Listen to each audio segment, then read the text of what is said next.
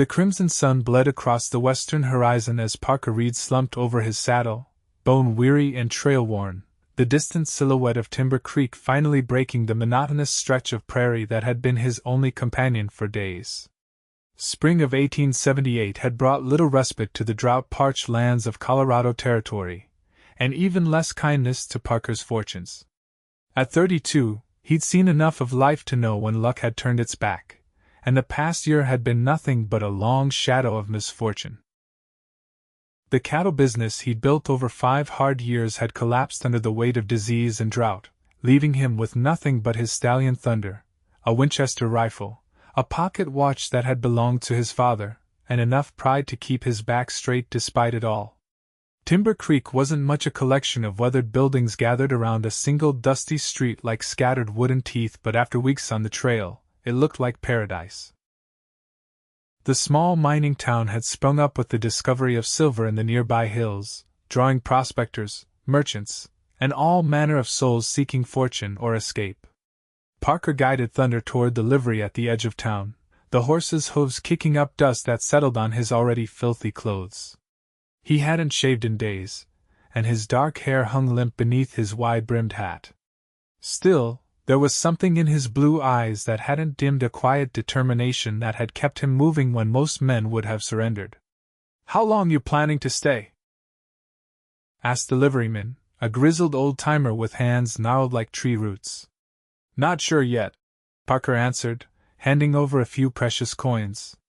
"Depends on what opportunities this place might offer." The old man snorted. "Opportunities? In Timber Creek? Unless you're good with a pickaxe or looking to separate fools from their money, you might want to keep riding." Parker offered a tired smile. "I've got skills. Ranch foreman, cattle driver, carpenter. Figure there's always work for a man willing to break his back for honest pay. Well, you might try the Silver Dollar Saloon. Owner sometimes knows who's hiring." The liveryman gestured down the street. "Can't miss it, only building with a fresh coat of paint." After securing a room at the modest boarding house for a week, Parker cleaned himself up as best he could with a basin of cold water and a sliver of soap. He changed into his least worn shirt, brushed the trail dust from his vest and trousers, and headed to the saloon, his spurs jingling softly with each step. The Silver Dollar lived up to its reputation as the town's center of activity. Despite the early evening hour, the place buzzed with miners fresh from their claims, card players hunched over green felt tables, and a handful of painted ladies circulating among the patrons. A bearded piano player coaxed a lively tune from an instrument that had seen better days, while a barkeeper with rolled-up sleeves poured amber liquid with practiced efficiency. Parker ordered a whiskey and nursed it slowly, making the drink last while he observed the room. He wasn't a gambling man, life had taught him that lesson early, but he recognized the value of patience and observation. Someone here would know of work, and he had nothing but time to wait for the right opportunity. His attention drifted to a commotion near the bar where a broad-shouldered man with a handlebar mustache was raising his voice at one of the saloon girls. She was tall and slender with auburn hair piled atop her head, her green dress faded but carefully maintained. Even from a distance, Parker could see the tension in her posture as she tried to extract herself from the situation. "I paid good money to see you after your shift," the man slurred, his meaty hand gripping her arm. "And I aim to get what I paid for, Lily." "Mr. Braddock, you're drunk," she replied, her voice steady despite her obvious discomfort. "I never agreed to anything of the sort. Now please let go of my arm. You think you're too good for me?" Braddock's face flushed crimson above his mustache. "A saloon girl with airs? That's rich." Parker watched the exchange with growing unease. He'd seen this type of man before, entitled, dangerous when drunk, and accustomed to taking what he wanted. The woman Lily was handling herself with remarkable composure, but the situation was deteriorating rapidly. The barkeeper intervened, his voice firm. "That's enough, Braddock. Miss Lily's a singer here, not what you're thinking. Time you headed home." Braddock released her arm with a scowl. "Fine. But this ain't over." He turned and stumbled toward the door, shooting a venomous glance at Lily as he departed. Parker relaxed slightly as the tension dissipated, but something about the exchange continued to nag at him. He watched as Lily disappeared through a door behind the bar, presumably to prepare for her performance. There was dignity in the way she carried herself, a quiet strength that intrigued him. An hour later, the piano player struck up a gentler melody, and Lily emerged in a different dress, blue this time, with modest lace at the collar. The saloon quieted as she began to sing, her clear voice filling the room with a melancholy ballad about lost love and distant horizons. Parker found himself mesmerized, not just by the quality of her voice, but by the emotion she conveyed. This was no ordinary saloon entertainer. There was depth and training in her performance. When she finished, the room erupted in appreciative applause. She sang 3 more songs, each showcasing her remarkable range, before taking a graceful bow and returning behind the bar. Parker noted how the atmosphere in the saloon had shifted during her performance. Even the roughest patrons had been momentarily transported by her talent. As the night wore on, Parker struck up a conversation with a silver-haired gentleman who introduced himself as Judge Hollister, retired from the circuit but still influential in Timber Creek. Learning of Parker's background, the judge mentioned a rancher outside town looking for experienced help. Simmons lost his foreman last month, broke his leg bad in a fall, had to move east to live with his daughter. Place has been struggling since, Hollister explained, sipping his brandy. Simmons is a fair employer, pays on time. Might be worth riding out there tomorrow. Parker thanked him for the information, grateful for the potential lead. As the saloon began to empty, he decided to call it a night. The long journey had caught up with him, and the prospect of potential work tomorrow required a clear head. He was halfway to the boarding house when he heard a muffled cry from the narrow alley beside the saloon. Parker hesitated, then moved cautiously toward the sound, his hand instinctively touching the knife at his belt. What he saw made his blood run cold. Braddock had returned, and he wasn't alone. He and another man had cornered Lily against the back wall of the saloon. Her lip was bleeding, and she was struggling against Braddock's grip while trying to maintain her dignity, her dress torn at the shoulder. "Thought you'd humiliate me in front of everyone?" Braddock snarled. "No saloon singer turns down Clayton Braddock. I own half the mining claims in this county." "Please," Lily said, her voice steady despite her obvious fear. "Just let me go home." "Oh, we'll let you go," Braddock's companion sneered. "After we teach you some manners." Parker had seen enough. "Let her go," he called out, stepping into the alley. "Now." The 2 men turned, momentarily surprised by the interruption. Braddock recovered quickly, his face twisting into a sneer.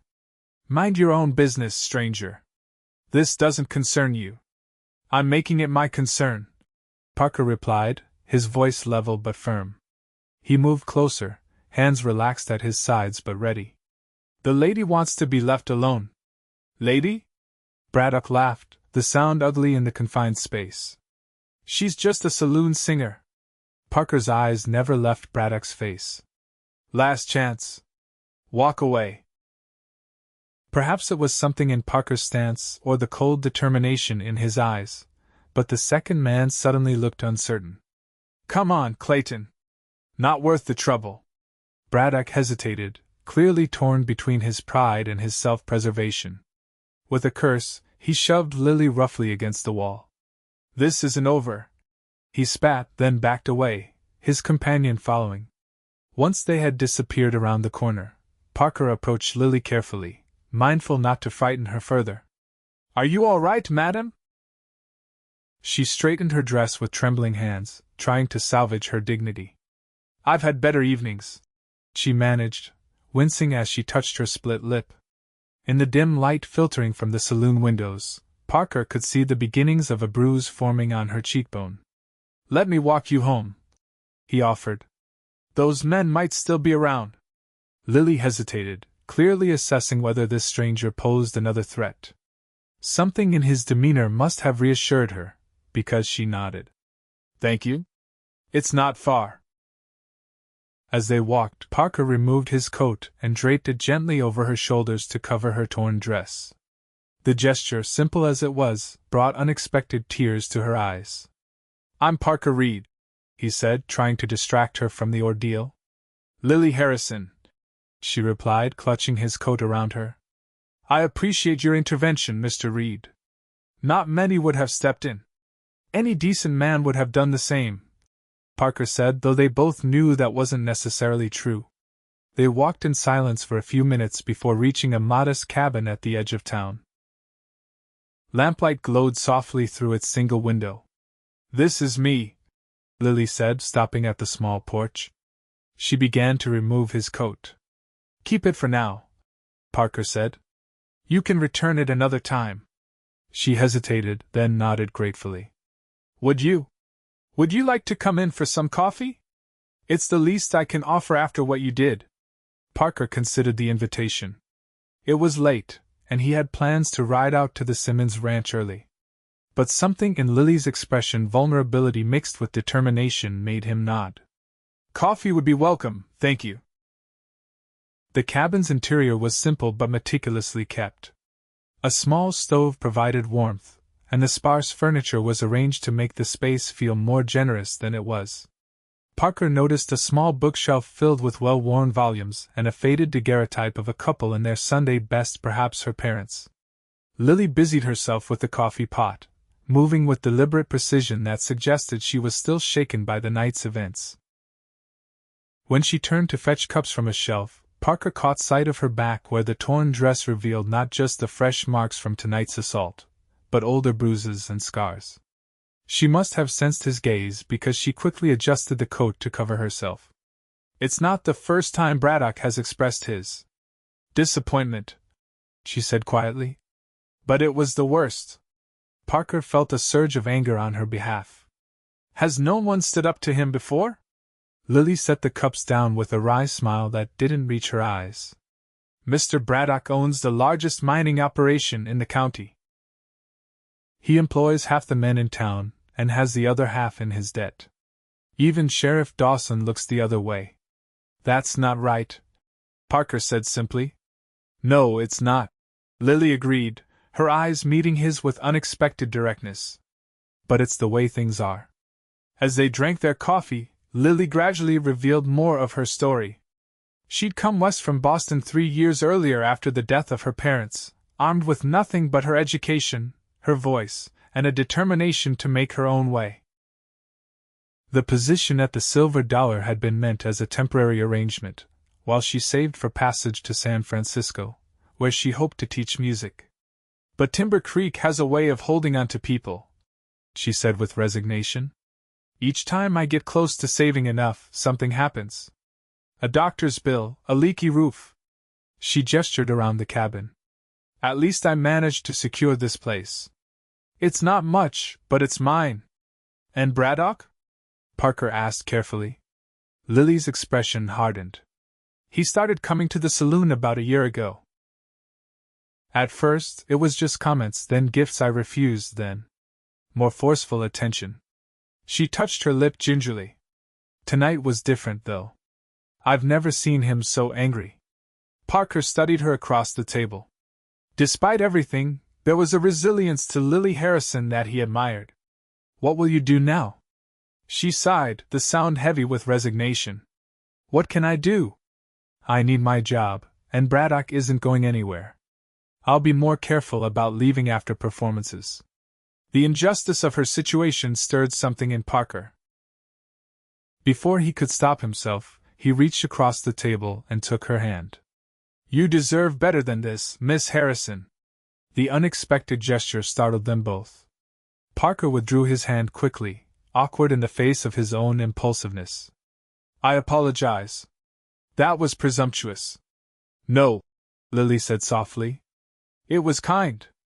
Kindness has been in short supply lately." The moment stretched between them, fragile and unexpected. Finally, Parker stood, aware of the lateness of the hour and the impropriety of remaining longer. "I should go. I'm riding out to the Simmons ranch tomorrow to inquire about work." Lily rose as well, escorting him to the door. Tom Simmons is a good man. His wife Sarah even more so. I hope it works out for you, Mr. Reed. Parker, he corrected gently. And thank you for the coffee. At the doorway, he hesitated, then spoke from a place of conviction he hadn't known he still possessed. Miss Harrison Lily, what happened tonight wasn't right. No one should live in fear like this. His eyes held hers steadily. If you'll allow it, I'd like to help. She looked at him with a mixture of gratitude and skepticism. That's very gallant, but what could you possibly do against someone like Braddock? Parker wasn't entirely sure himself, but in that moment, looking at her bruised face illuminated by the soft lamplight, he made a promise that would alter the course of both their lives. I don't know yet. But I do know this: if you want it, I'll build you a life with my own 2 hands. A life where you don't have to be afraid. The declaration hung in the air between them, surprising in its intensity. Lily's eyes widened slightly, and for a moment, Parker feared he'd overstepped dramatically. Then something shifted in her expression, a flicker of hope so tentative it was almost painful to witness. You don't even know me, she said softly. I know enough, Parker replied. I know you've faced hardship with dignity. I know you haven't surrendered your dreams despite everything. That tells me all I need to know about your character. Lily studied him for a long moment, as if trying to read the truth in his face. Finally, she offered a small, genuine smile that transformed her features despite her injuries. You're an unusual man, Parker Reed. Just a man who recognizes courage when he sees it, he answered honestly. Good night, Lily. Lock your door. As he walked back to the boarding house under the vast canopy of stars, Parker wondered at his own boldness. He had nothing to offer this woman: no money, no property, not even the promise of steady work.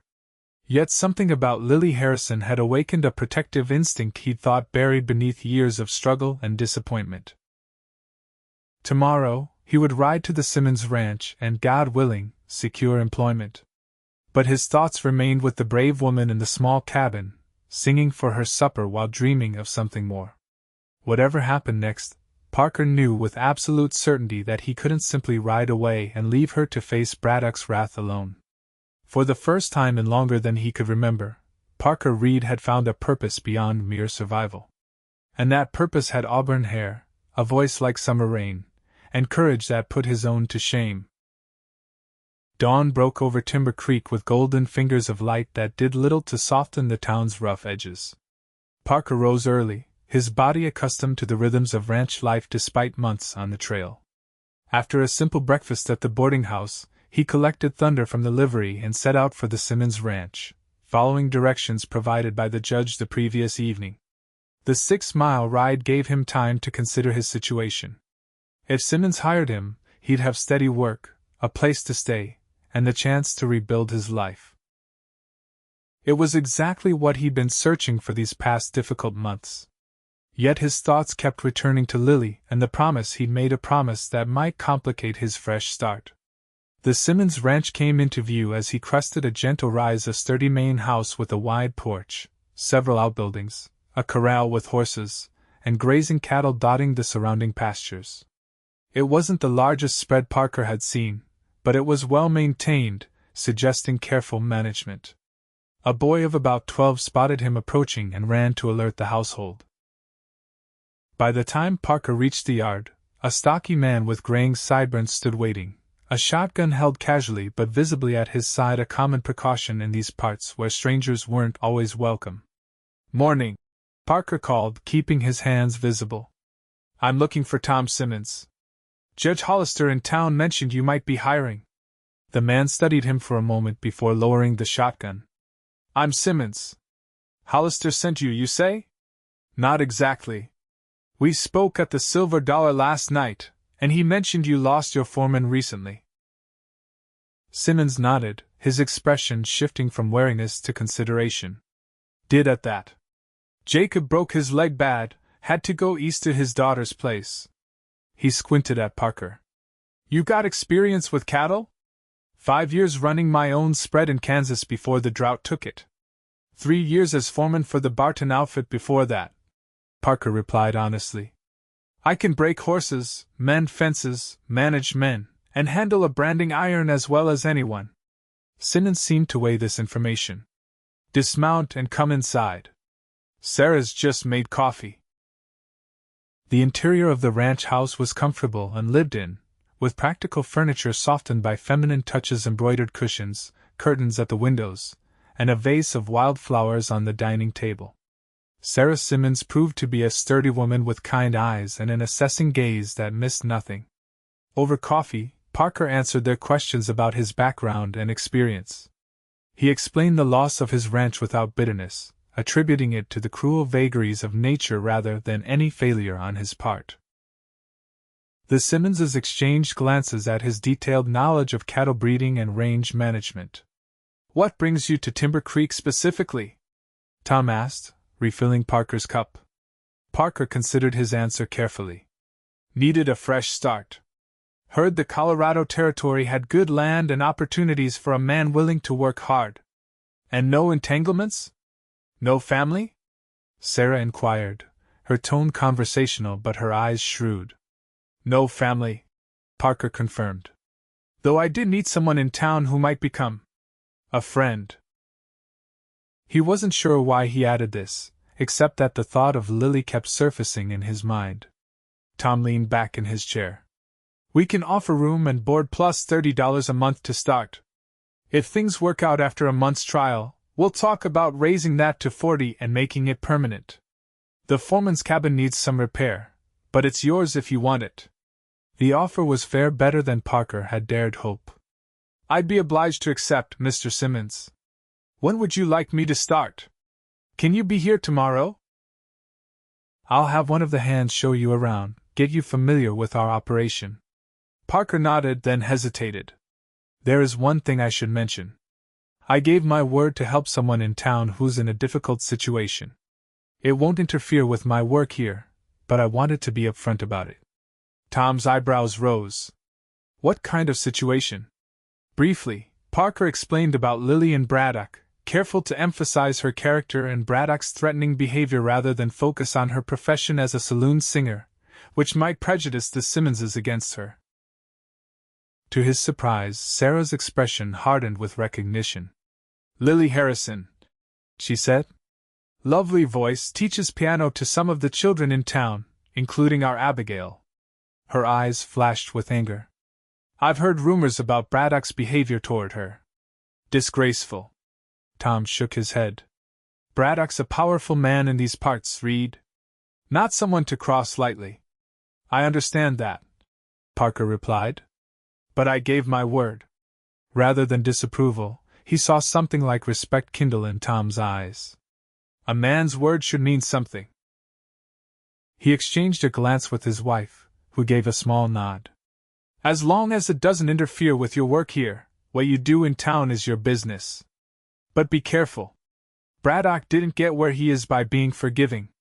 With the agreement settled, Parker rode back to Timber Creek with a lighter heart than he'd known in months. He had work, a place to stay, and employers who seemed decent and fair. Now he needed to figure out how to help Lily without bringing Braddock's wrath down on both of them. His first stop was the general store, where he purchased supplies with some of his dwindling funds: nails, a small tool kit, and a length of sturdy fabric that might serve to repair Lily's torn dress. On impulse, he added a small bar of lavender soap, remembering how his mother had treasured such small luxuries. Next, he inquired discreetly about Braddock, gathering information from those willing to talk. The picture that emerged was troubling but unsurprising. Clayton Braddock had struck silver 5 years earlier and parlayed that initial strike into ownership of multiple claims. He employed dozens of miners, held the mortgages on several businesses in town, and had the local sheriff in his pocket. His wife had died 2 years ago, some said from illness, others hinted at darker causes, leaving him to raise a sullen teenage son who was reportedly as unpleasant as his father. By late afternoon, Parker had a clearer understanding of what they were facing, and it wasn't encouraging. Braddock was essentially untouchable in Timber Creek, protected by his wealth and influence. Any direct confrontation would likely end badly for Parker, and possibly worse for Lily. He was contemplating this dilemma when he spotted Judge Hollister emerging from the town's small law office. The older man recognized him and approached with a smile. "Reed! Did you speak with Simmons?" "I did, sir. Starting tomorrow as his new foreman." "I'm obliged for the recommendation." Hollister nodded approvingly. "Good, good. Simmons is one of the few honest men left in this county. You'll do well there." Parker hesitated, then decided to be direct. "Judge, I was hoping to ask your advice about another matter. It concerns Clayton Braddock." The judge's expression immediately grew cautious. "Dangerous territory, young man. What's your interest in Braddock?" Briefly, Parker explained the situation with Lily, including the attack he'd witnessed. Hollister listened without interruption, his lined face growing increasingly troubled. "Miss Harrison is a fine young woman," he said finally. "Teaches my granddaughter piano. She deserves better than Braddock's unwanted attentions." He sighed heavily. "But I must caution you. Braddock practically owns this town. Sheriff Dawson won't move against him, and any legal action would be complicated. There must be something that can be done," Parker insisted. "No one should have to endure what she's experiencing." Hollister studied him thoughtfully. "You care for this young woman? You've only just met her." Parker felt a flush of embarrassment. "It's not like that. I simply believe in standing up for what's right." "Admirable," Hollister said, though his tone suggested he didn't entirely believe Parker's disclaimer. "Well, I can't offer much in the way of immediate solutions, but I can tell you this: Braddock's power isn't absolute. He has enemies, particularly among the independent miners whose claims he's pressured them to sell. And there are rumors that his finances aren't as solid as he pretends. The mining vein that made him rich is nearly played out." This was valuable information, but Parker wasn't sure how it helped Lily's immediate situation. "With respect, sir, that doesn't protect Miss Harrison tonight or tomorrow." "No, it doesn't," Hollister agreed soberly. "For that, I suggest practical measures. Miss Harrison should not be alone, especially after her performances. Perhaps arrangements could be made for her transportation to and from the saloon." He paused, then added, "And it might be wise for her to consider leaving Timber Creek altogether. Braddock isn't a man who forgets a grudge." The suggestion that Lily should flee felt like an admission of defeat, but Parker acknowledged its pragmatism. "Thank you for your candor, Judge. I'll consider what you've said." As evening approached, Parker made his way to Lily's cabin, his arms full of the supplies he'd purchased. He found her on the small porch, hanging laundry despite her injuries. She turned at his approach, and he was struck anew by her quiet dignity. The bruise on her cheekbone had darkened overnight, and her split lip was swollen, but she'd arranged her hair to partially conceal the worst of the damage. "Mr. Reed," she greeted him, a small smile warming her features. "Or may I call you Parker, since you've seen me at my worst?" "Parker, please," he replied, relieved to see her spirit intact. "And you could never be at your worst, Miss Harrison." She laughed softly. "Gallant as ever. And it's Lily, I insist." She gestured to his burden. "What's all this?" "I thought your door might benefit from better locks," he explained, setting down his packages. "And I brought something for your dress.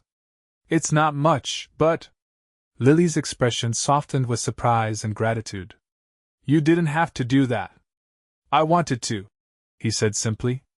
"May I?" He gestured toward the door. She nodded, leading him inside. While Lily examined the fabric he'd brought, Parker set to work installing a sturdy bolt on her door and reinforcing the window latches.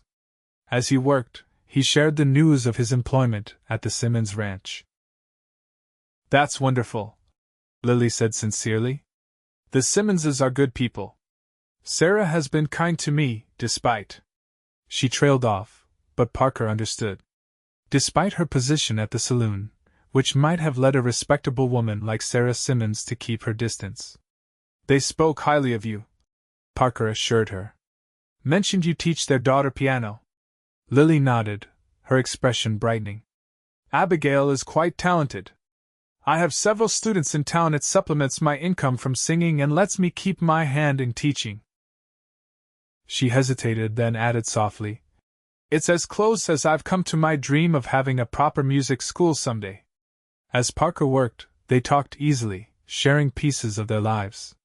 Lily spoke of her childhood in Boston, her father a professor of literature, her mother a talented pianist who had passed on her love of music. Parker told her about growing up on a small farm in Pennsylvania, losing his parents to influenza when he was 17, and making his way west to build something of his own. And you did, Lily observed. You built a ranch from nothing. And lost it just as completely, Parker replied without self-pity. But that's the way of things out here. Nature gives and takes as she pleases. Yet you're starting again, she said, her tone admiring. Most would have given up. Parker shrugged, uncomfortable with her praise. Not much choice but to keep going. Besides, I've still got my health and my skills. That's more than many can claim. By the time he finished the repairs, darkness had fallen. Lily insisted on making supper a simple but satisfying meal of beans, biscuits, and canned peaches. They ate at her small table, the lamp casting warm shadows across the cabin's walls. I need to ask about your plans, Parker said finally, broaching the subject he'd been considering all day. Braddock isn't likely to simply forget what happened last night. Lily's expression sobered. I know. But I can't afford to lose my position at the Silver Dollar, and I won't abandon my piano students. Her chin lifted with familiar determination. This is my home, Parker. I won't be driven away. He admired her courage, but worried about its practicality. Then we need to ensure your safety. Do you perform every night? Tuesday through Saturday. Sundays and Mondays are my days for teaching. Parker nodded, calculating. I'll be staying at the ranch during the week, but I can arrange to be in town every Saturday night to escort you home after your performance. For the other nights, perhaps one of your students' fathers might help? Someone Braddock wouldn't want to offend. Lily considered this. Mr. Peterson, Eliza's father, owns the mercantile. He's offered assistance before, though I was too proud to accept. Pride won't protect you from Braddock, Parker said gently. And there's no shame in accepting help when it's offered in good faith. She sighed, acknowledging the truth of his words. I'll speak with him tomorrow. Good. Parker hesitated, then added, Judge Hollister mentioned that Braddock might be facing financial difficulties. His main claim is nearly played out, apparently. Lily looked surprised. That would explain his increasingly erratic behavior. He's been drinking more heavily these past months. Which makes him more dangerous, not less, Parker warned. Promise me you'll be careful, Lily. Don't take unnecessary risks. Their eyes met across the table, and something passed between them, a current of understanding and connection that transcended their brief acquaintance. I promise, she said softly. Later, as Parker prepared to leave, Lily retrieved his coat, freshly cleaned and mended. Thank you, she said, handing it to him. Not just for the coat, but for everything. I've grown so accustomed to facing things alone that I'd almost forgotten what it feels like to have someone in my corner. Impulsively, Parker reached out and took her hand, his calloused fingers gentle against her skin. You're not alone anymore, Lily. The moment stretched between them, fragile and full of unspoken possibility. Then, mindful of propriety and the need to protect her reputation, Parker released her hand and stepped back. I'll see you Saturday evening. Send word to the Simmons Ranch if you need anything before then. As he walked back to the boarding house under a canopy of stars, Parker reflected on the strange turn his life had taken. 2 days ago, he'd been a drifter with nothing but fading hopes. Now he had employment, purpose, and a growing attachment to a remarkable woman who faced her challenges with grace and courage. For the first time in longer than he could remember, Parker Reed felt something like hope taking root in his heart. The following weeks established a rhythm to Parker's new life. Weekdays were spent at the Simmons Ranch, where he quickly proved his worth. The other hands, initially wary of the new foreman, came to respect his knowledge, work ethic, and fair treatment. Tom Simmons gave him increasing responsibility, consulting him on breeding decisions and range management. Every Saturday, Parker rode into Timber Creek, timing his arrival to coincide with the end of Lily's performance at the Silver Dollar. The first Saturday, Braddock had been present, watching Parker with undisguised malice as he escorted Lily from the saloon. But there had been no confrontation. Perhaps the public setting made even Braddock cautious. For her part, Lily had arranged escorts for the other evenings. Mr. Peterson from the Mercantile on Tuesdays, Dr. Wilson, whose daughter was her star pupil, on Wednesdays, and Judge Hollister himself on Thursdays and Fridays. The arrangement offered protection, while also sending a clear message to Braddock that Lily had allies in town. As May gave way to June, Parker found himself increasingly looking forward to his Saturdays in town, not just out of concern for Lily's safety, but for the pleasure of her company. Their conversations ranged widely, from books they'd read to dreams they harbored. He found himself sharing thoughts he'd never articulated to anyone: his hopes for eventually having his own ranch again, his love of open spaces, his occasional loneliness in a life spent largely in the company of cattle and horses. Lily, in turn, spoke of her desire to establish a proper music school, her memories of concerts in Boston, and her complicated feelings about the West, its harshness tempered by its raw beauty and opportunities for reinvention. One particularly warm Saturday evening in late June, they sat on her porch after supper, watching fireflies dance in the gathering darkness. Parker had brought her a small gift, a journal with a leather cover that he noticed her admiring in the Mercantile window. "This is too much," she protested, though her fingers traced the cover lovingly. "You mentioned wanting to compose your own songs," he said. "Thought you might need somewhere to write them down." Lily's smile was worth every penny he'd spent. "Thank you. It's perfect." She looked at him with an expression he couldn't quite decipher. "You're remarkably thoughtful, Parker Reed." He felt his ears grow warm at the compliment. "Just trying to encourage your talent. Your voice is too special to be confined to saloon songs. Speaking of which," Lily said, her tone shifting to something more serious, "I had an interesting conversation with Sarah Simmons yesterday.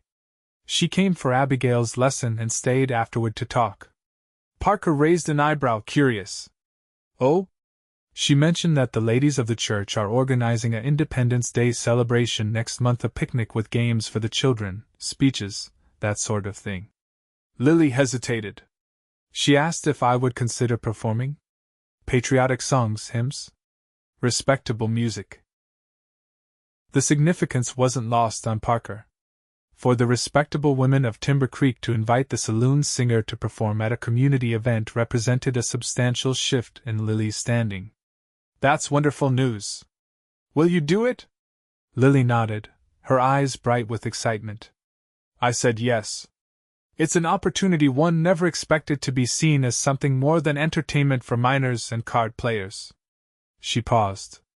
Sarah also mentioned that several other mothers have expressed interest in piano lessons for their children. "Your reputation as a teacher is growing," Parker observed, genuinely pleased for her. "Soon you might not need the saloon work at all." "That's my hope." Lily's expression turned contemplative. "I've been saving carefully. If I can secure enough students, I might be able to leave the Silver Dollar by year's end." She looked at him directly. "None of this would be happening without you, Parker." He shook his head. "I haven't done anything but offer a bit of protection. Your talent and character are what's changing people's perceptions." "You gave me courage when I needed it most," Lily insisted. "And your friendship with the Simmonses opened doors that would have remained closed to me otherwise." Parker was about to respond when the sound of approaching horses drew their attention. 3 riders appeared in the gathering dusk, and even in the dim light, Parker recognized Clayton Braddock's substantial silhouette. The other 2 were unfamiliar, rough-looking men with the hard expressions of hired muscle. Parker stood, positioning himself protectively in front of Lily. "Get inside," he said quietly. "Parker." "Please, Lily." "Go inside and bolt the door." After a moment's hesitation, she complied, though he could feel her reluctance. Parker moved to the edge of the porch, his hand resting casually near his holstered revolver as the riders approached. Braddock reined in his horse a few yards from the cabin, regarding Parker with undisguised contempt. "Reed. Seems you're making yourself quite at home in Timber Creek." "Evening, Braddock," Parker replied evenly. "Something I can help you with?"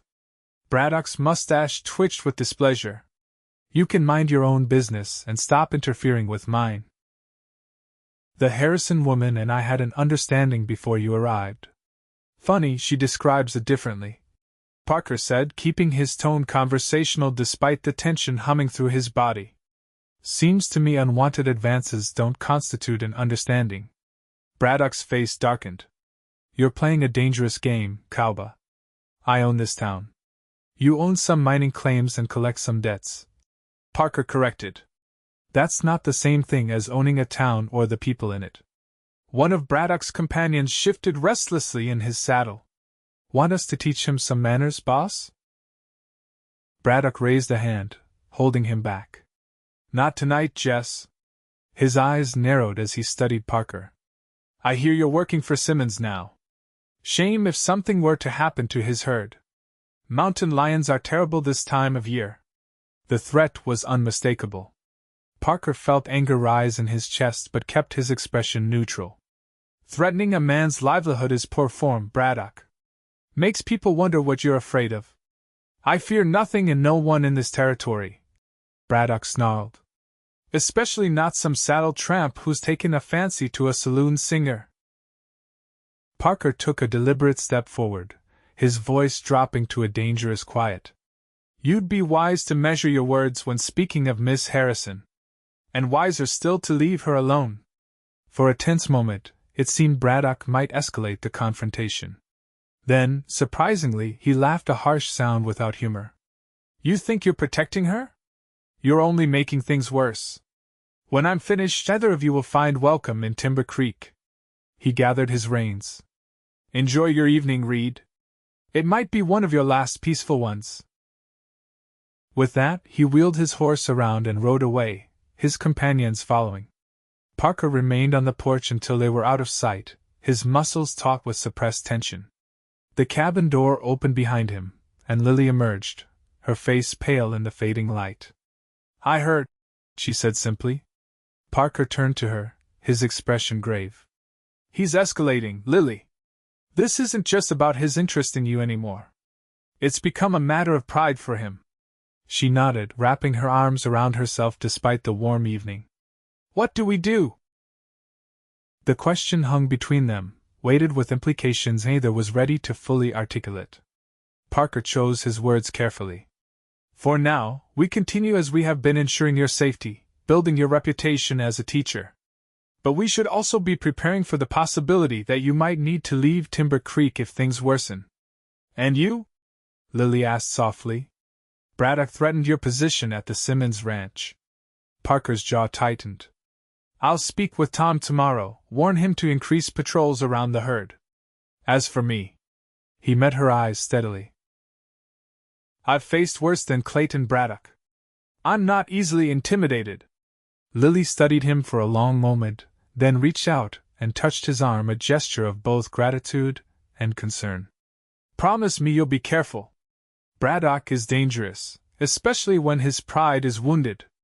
The warmth of her touch radiated through Parker's shirt sleeve, kindling a response that had nothing to do with their current predicament. "I promise," he said, his voice rougher than he intended. They stood like that for a heartbeat longer than necessary, something unspoken passing between them. Then Lily withdrew her hand, and the moment dissolved into the gathering night. "I should go," Parker said, suddenly aware of the impropriety of remaining at a single woman's home after dark, regardless of the circumstances. "Lock the door behind me." As he rode back to his room at the boarding house, Parker considered their situation with growing concern. Braddock's visit had confirmed what he'd suspected: this conflict was escalating beyond a simple matter of unwanted attention.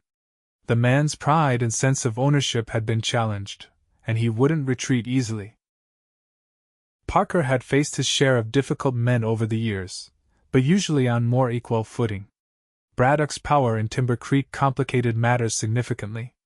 If he followed through on his threat against the Simmons ranch, Parker would be placing his employers at risk simply by remaining in their employ. And then there was Lily. His feelings for her had grown steadily these past weeks, developing from admiration and concern into something deeper and more complex. He hadn't intended this, hadn't come to Timber Creek looking for anything but work and a fresh start.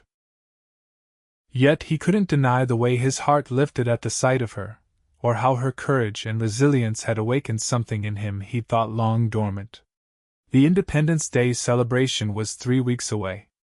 Perhaps, Parker thought, it would provide an opportunity for Lily to solidify her standing in the community, for him to assess Braddock's intentions, and for both of them to determine their next steps in a situation that grew more complicated with each passing day.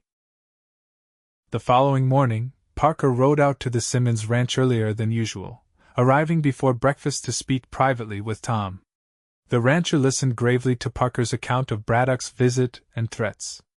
"Can't say I'm surprised," Tom said when Parker finished. "Braddock's never been one to accept being crossed. But threatening my livelihood."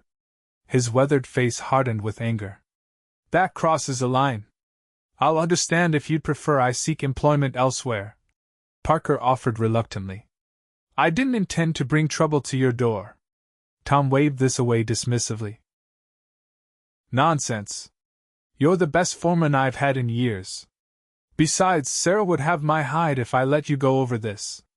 She's taken quite a shine to Miss Harrison." Relief washed through Parker. "Thank you.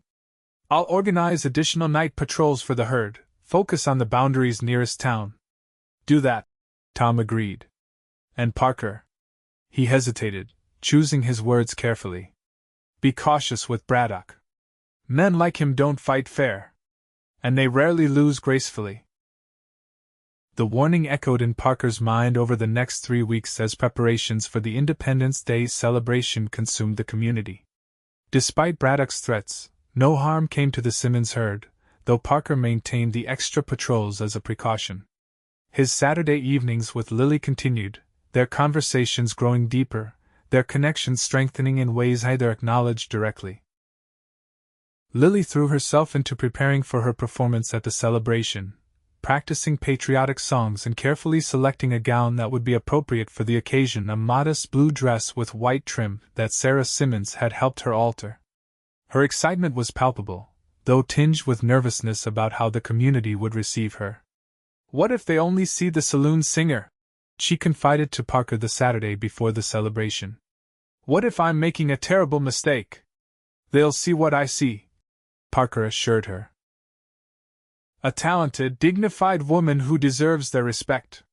He smiled, trying to ease her anxiety. "Besides, once they hear you sing, they'll forget everything else."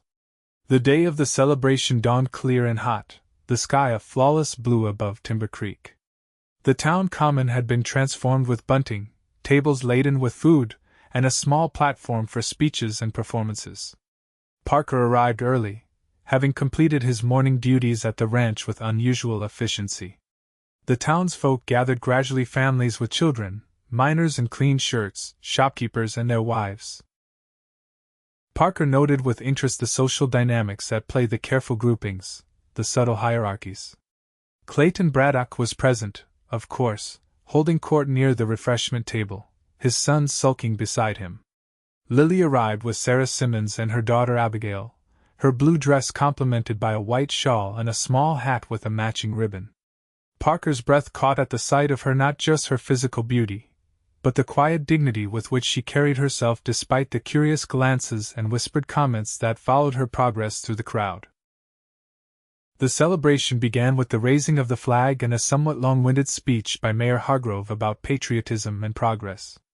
Children's games followed, sack races, egg and spoon contests, and a particularly competitive 3-legged race that had the adults laughing as heartily as the participants.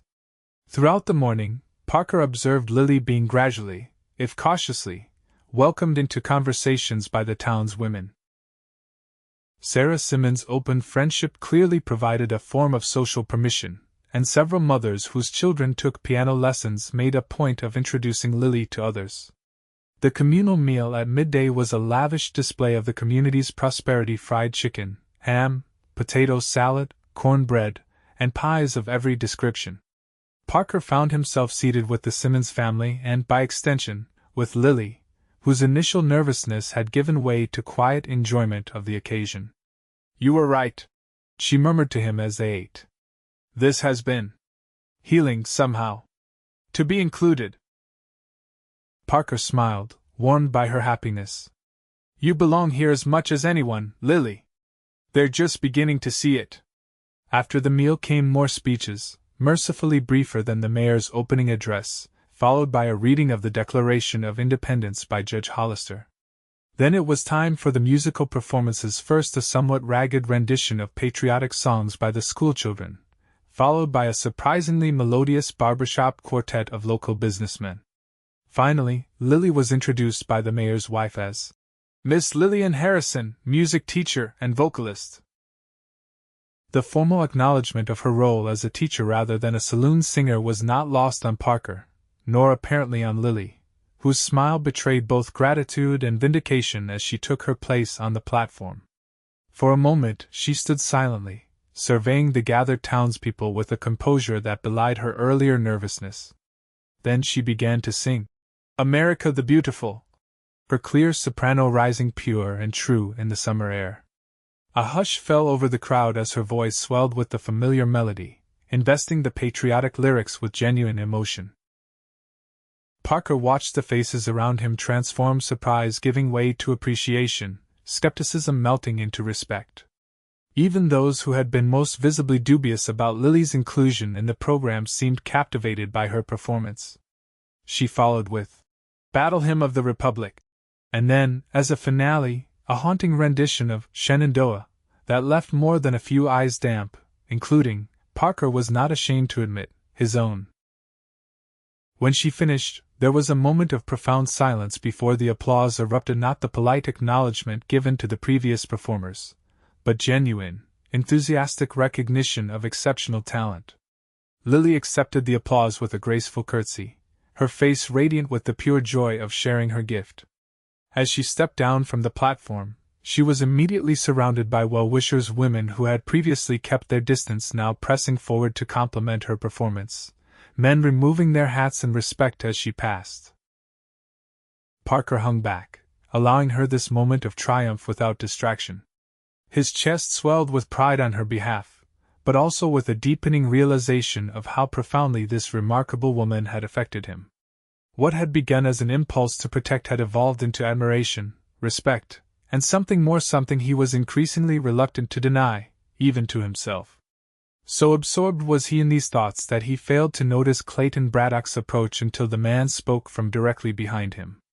"Quite a performance," Braddock said, his tone deceptively casual.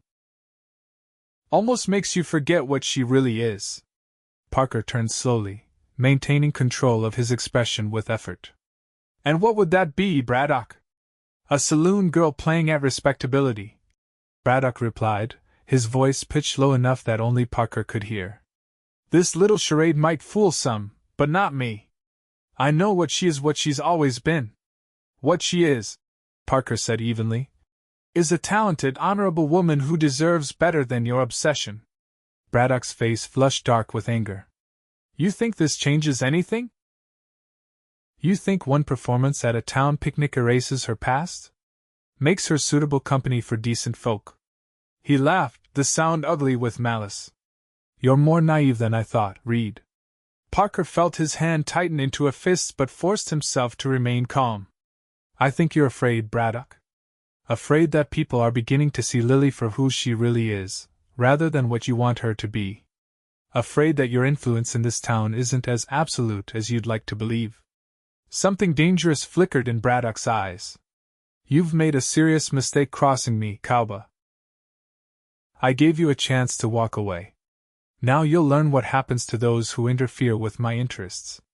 Before Parker could respond, Sarah Simmons approached, her expression deliberately cheerful despite the tension evident between the two men. "Parker. There you are. Tom's looking for you, something about arrangements for taking the children fishing tomorrow." She nodded coolly to Braddock. Mr. Braddock. The interruption diffused the immediate confrontation. Braddock tipped his hat with exaggerated courtesy. Mrs. Simmons. Enjoying the celebration? Immensely, Sarah replied, her smile not quite reaching her eyes. Miss Harrison's performance was particularly moving, don't you agree? Braddock's mustache twitched with suppressed anger. Indeed. If you'll excuse me, I see the mayor trying to catch my attention. As he walked away, Sarah turned to Parker, her expression concerned. That man is becoming increasingly unpredictable.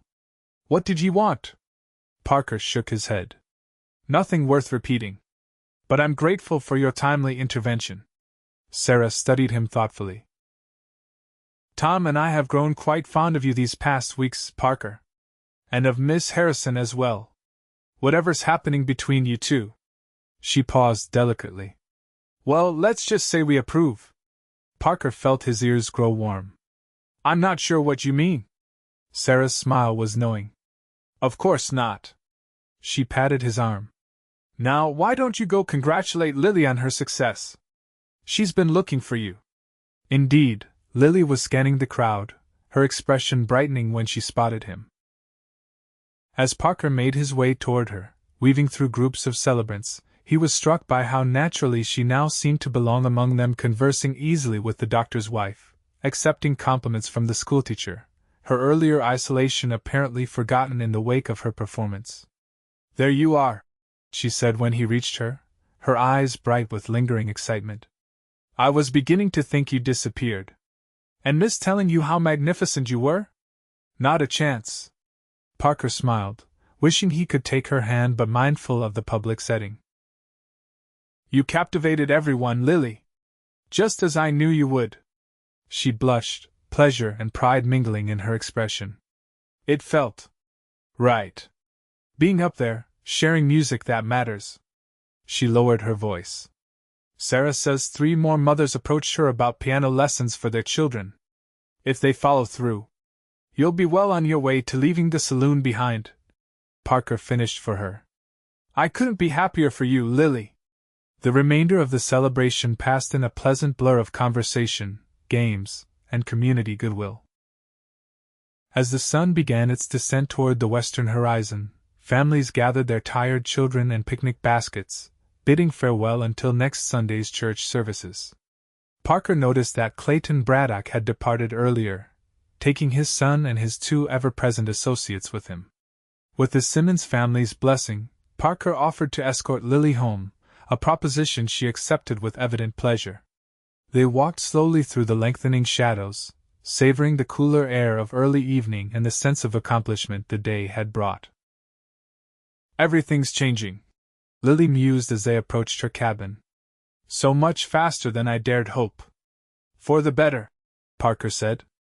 You're being recognized for your true worth, not just as a saloon singer. Lily glanced at him, her expression suddenly serious. And what do you see as my true worth, Parker? The directness of the question caught him off guard.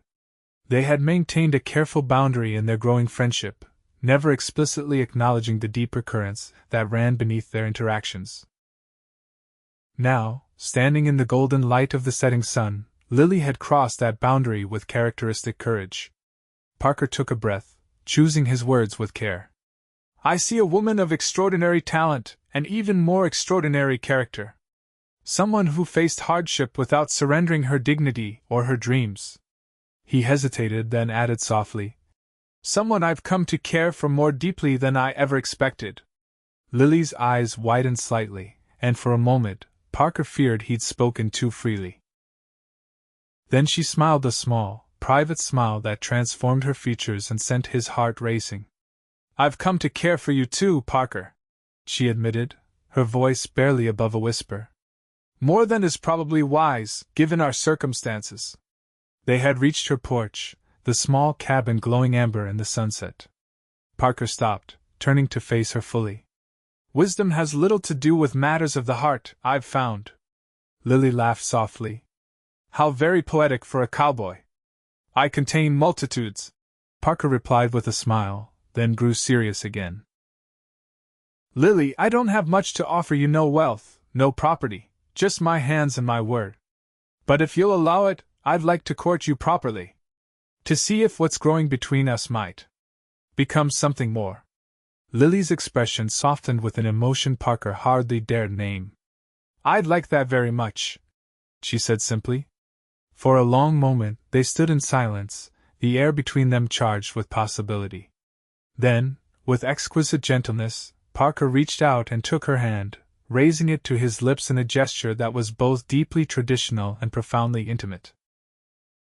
"Until Saturday, then," he said, reluctantly releasing her hand.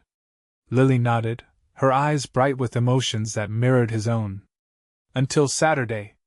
As Parker walked back toward town in the gathering dusk, his heart lighter than it had been in years, he was unaware of the figure watching from the shadows across the street. Clayton Braddock, his face contorted with rage as he observed the tender exchange between the cowboy and the woman he considered rightfully his. The week following the Independence Day celebration brought significant changes to Lily's circumstances.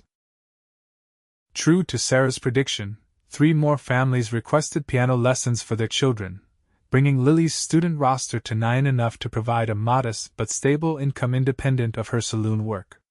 More surprising was the note she received from Mrs. Hargrove, the mayor's wife, inviting her to discuss forming a ladies' choral society for the town.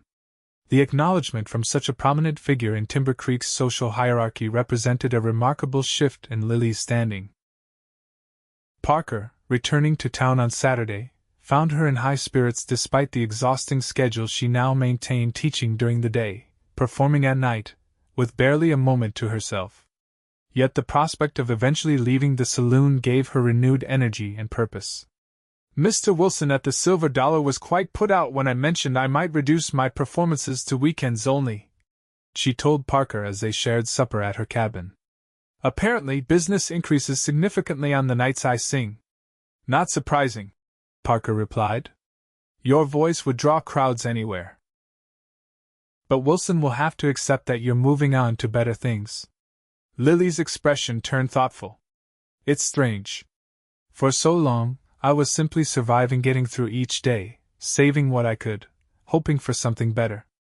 Now that it's actually happening." She smiled, a touch of wonder in her eyes. "It doesn't quite seem real." "It's real," Parker assured her. "And well-deserved." They spent the evening on her porch, watching fireflies emerge as darkness fell. Their conversation flowed easily from practical matters: the repairs her cabin needed before winter, the progress of the summer calving at the Simmons Ranch, to deeper subjects: books they'd loved, places they'd seen or hoped to visit, dreams they'd harbored and sometimes abandoned. With the new understanding between them, Parker felt both more relaxed in Lily's company and more acutely aware of her. The way lamplight caught the auburn highlights in her hair, how her eyes crinkled at the corners when she laughed, the graceful movement of her hands as she emphasized a point. As the evening deepened, their conversation turned to the future, cautiously at first, then with growing openness. "Have you thought about what you want long-term?" Lily asked. "Will you stay with the Simmonses indefinitely?" Parker considered the question. "Tom's been more than fair, and I enjoy the work. But eventually—" He hesitated, then decided on complete honesty. "Eventually, I'd like my own place again. Something modest to start a small herd, good grazing land, a sturdy house." "In Colorado?" Lily asked, her tone carefully neutral. Parker looked at her directly, understanding the real question beneath her words. "I'm not particular about the where, Lily. What matters more is the who." Color rose in her cheeks, visible even in the dim porch light. "Parker, I know it's early days," he said gently. "I'm not asking for promises or commitments. Just telling you that my future plans are flexible, adaptable to circumstances that might include more than just myself." Lily's smile was worth any risk of having spoken too soon. "Mine as well," she said softly. The moment stretched between them, full of unspoken possibilities. Then, by mutual and unspoken agreement, they turned the conversation to lighter topics, both aware that whatever was growing between them needed time and care to develop properly. When Parker finally took his leave, Their parting was different from previous weeks, not the careful distance of friendship, but the reluctant separation of two people increasingly drawn to each other. Their handclasp lingered, and the look they exchanged held promises either was quite ready to voice aloud. Walking back to the boarding house, Parker felt a contentment he hadn't known in years. The path ahead seemed clearer now, illuminated by shared understanding and mutual affection. Even the lingering threat of Braddock's hostility seemed less significant in the face of this new happiness. But the peace was shattered the very next day. Parker was helping Tom Simmons repair a broken section of corral when one of the younger hands came galloping up, his horse lathered with the effort of hard riding. "Mr. Reed!" the boy called, reining in sharply. "There's trouble in town." "Sheriff sent word there's been a fire at Miss Harrison's cabin." Parker's heart seemed to stop. "Lily? Is she?" "She wasn't home," the boy said quickly. "She was teaching at the Wilsons' house when it happened." "But the cabin?" He shook his head grimly. "Not much left from what I heard." Parker was already moving, calling for his horse. Tom followed, his weathered face creased with concern. "Take whatever time you need," the rancher said, helping Parker saddle Thunder. "And tell Miss Harrison she's welcome here if she needs a place to stay. Sarah would insist." With a grateful nod, Parker swung into the saddle and spurred Thunder toward town, his mind racing with worry and a growing, cold anger. This was no accident, not with Braddock's threats still ringing in his ears. The timing was too convenient, the target too specific. The acrid smell of smoke guided him to what remained of Lily's cabin, charred timbers and smoldering ruins where the neat little home had stood just the day before. A small crowd had gathered, including Sheriff Dawson, who was making a show of investigating but appeared distinctly uncomfortable. Parker scanned the faces, desperately seeking Lily. He found her standing slightly apart from the others, her face pale but composed, her hands clutching a small bundle of salvaged possessions, the journal he'd given her, a framed daguerreotype, a few books with singed covers. He dismounted quickly and went to her, fighting the urge to take her in his arms in front of the entire town. "Lily! Are you all right?" She nodded, her eyes dry but haunted. "I wasn't home. I was teaching Eliza Wilson her scales when someone came running to tell me." Her voice faltered briefly. "By the time I got here, it was too late. Everything's gone, Parker. Everything I worked for." The desolation in her voice cut him to the quick. Without caring who might see, Parker took her hand, squeezing it gently. "Not everything. You're safe. The rest can be rebuilt." Sheriff Dawson approached, his expression guarded. "Miss Harrison. Mr. Reed. Unfortunate business, this." "Unfortunate?" Parker's voice was dangerously quiet. "This wasn't an accident, Sheriff." Dawson shifted uncomfortably. "Now, we don't know that for certain. Could have been a cooking fire, lamp knocked over, the stove was cold." Lily interrupted. "I hadn't lit it since yesterday. And I never leave lamps burning when I'm out." "Well, accidents happen," Dawson said vaguely. "Hard to prove otherwise." Parker's jaw tightened. "Where's Braddock? Has anyone seen him today?" The sheriff's expression hardened. "Now see here, Reed. You can't go throwing accusations around without evidence.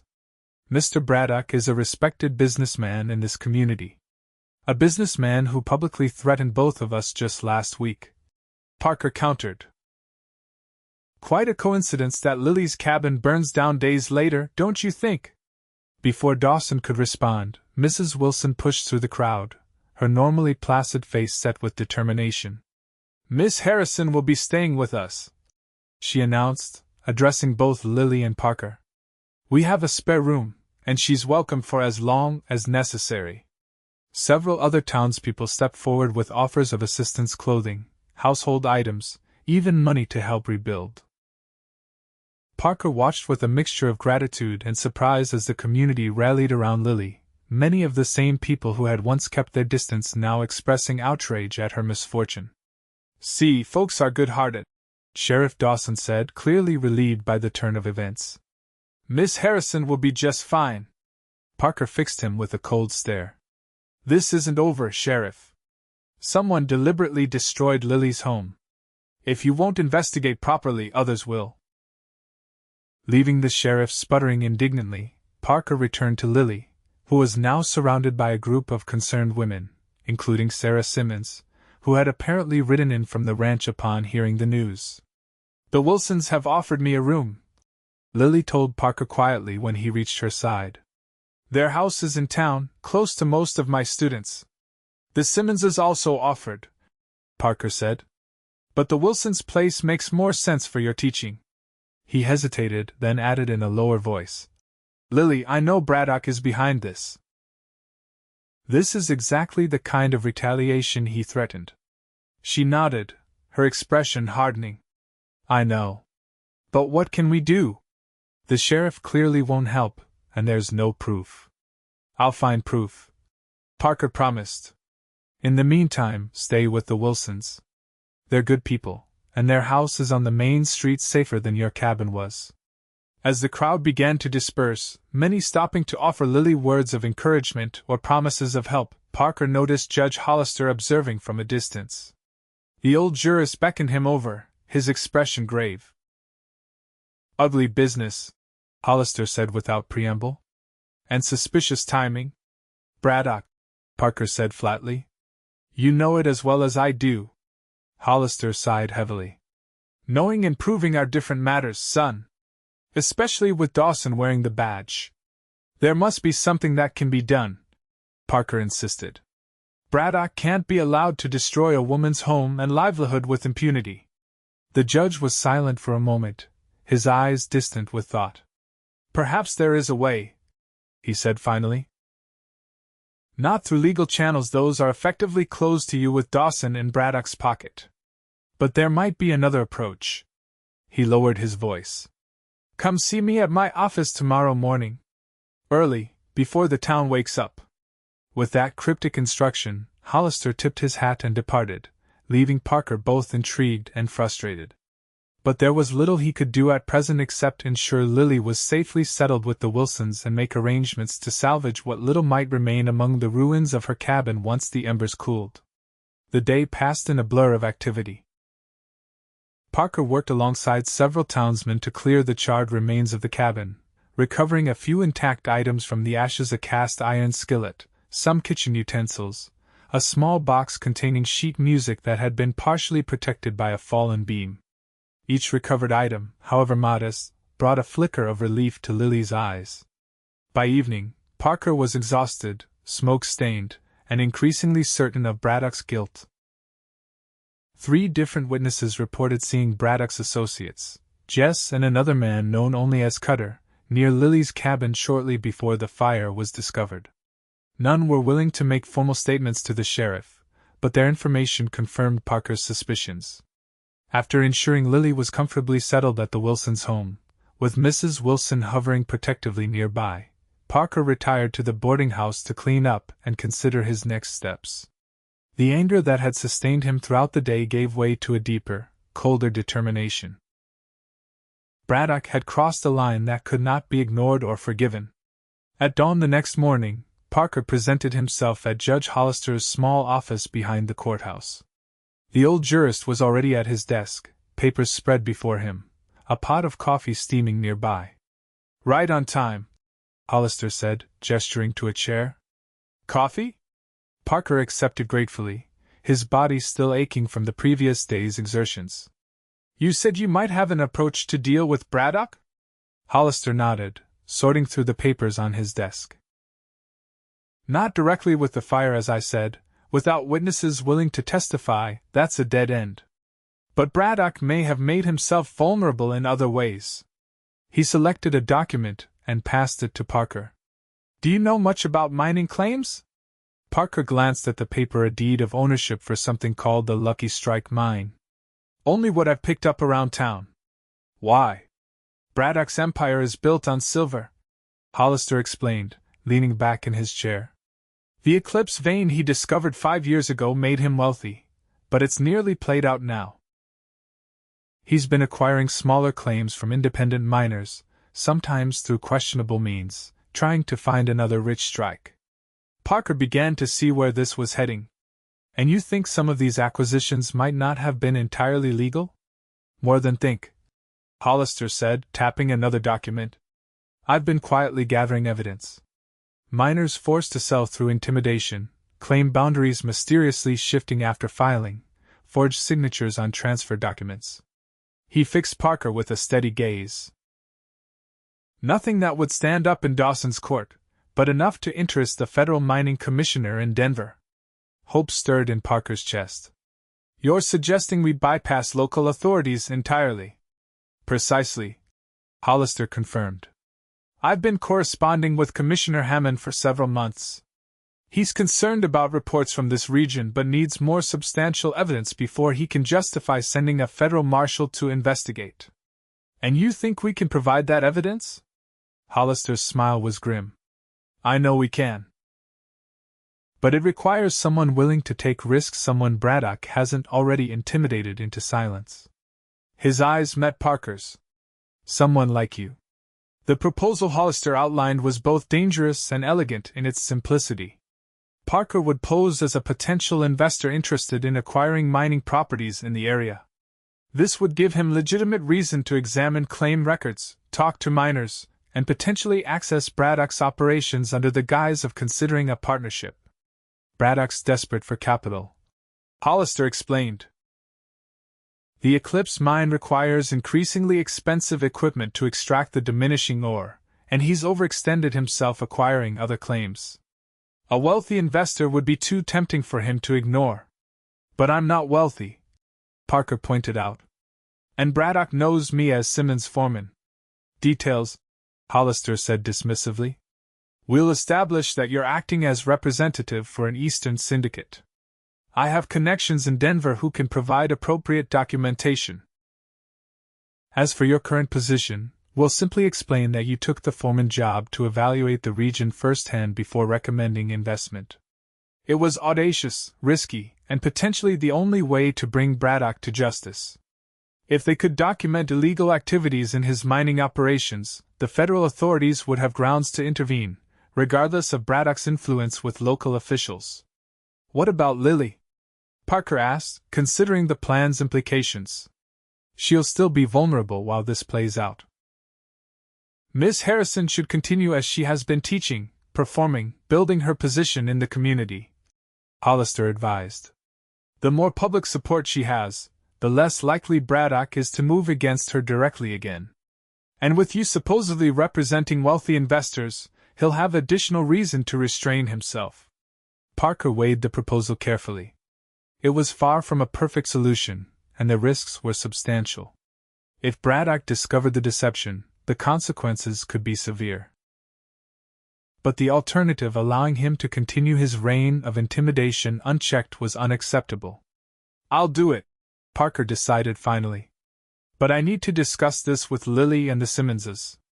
I won't leave them in the dark about potential dangers. Hollister nodded approvingly.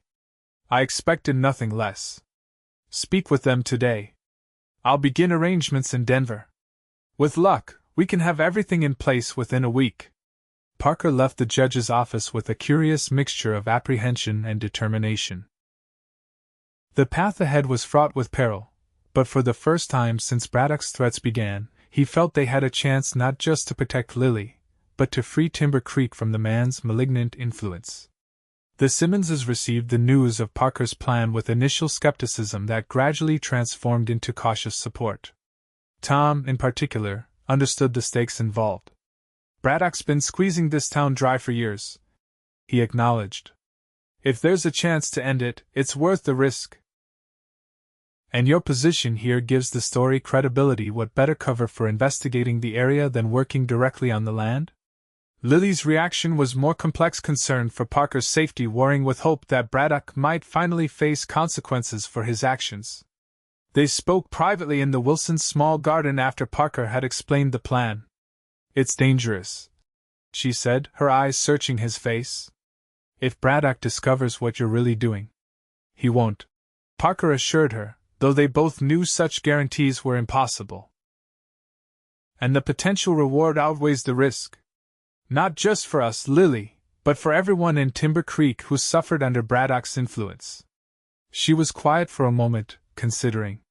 "You're a good man, Parker Reed," she said finally. "Better than this town deserves." She took his hand, her touch sending warmth through his entire body. "Promise me you'll be careful. I've lost my home, I couldn't bear to lose you too." The simple declaration, with its implied admission of deeper feelings, caught Parker's breath in his chest. "You won't lose me," he promised, raising her hand to his lips. "And when this is over, we'll rebuild your cabin better than before." Lily's smile was like sunrise after a long night. "I believe you," she said softly. "I believe in you." Over the next week, the plan took shape with surprising efficiency. Judge Hollister's contacts in Denver provided documentation establishing Parker as a representative of the fictitious Eastern Mining Consortium. Tom Simmons agreed to support the story that Parker's position as foreman had been a cover to evaluate regional prospects.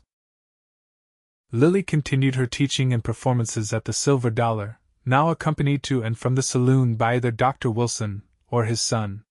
Parker's first meeting with Braddock was arranged through intermediaries to appear coincidental, a chance encounter at the bank where Parker was ostentatiously discussing investment opportunities with the manager, loud enough for Braddock to overhear. The bait was taken with gratifying speed. Braddock approached Parker as he left the bank, his manner surprisingly cordial given their previous exchanges.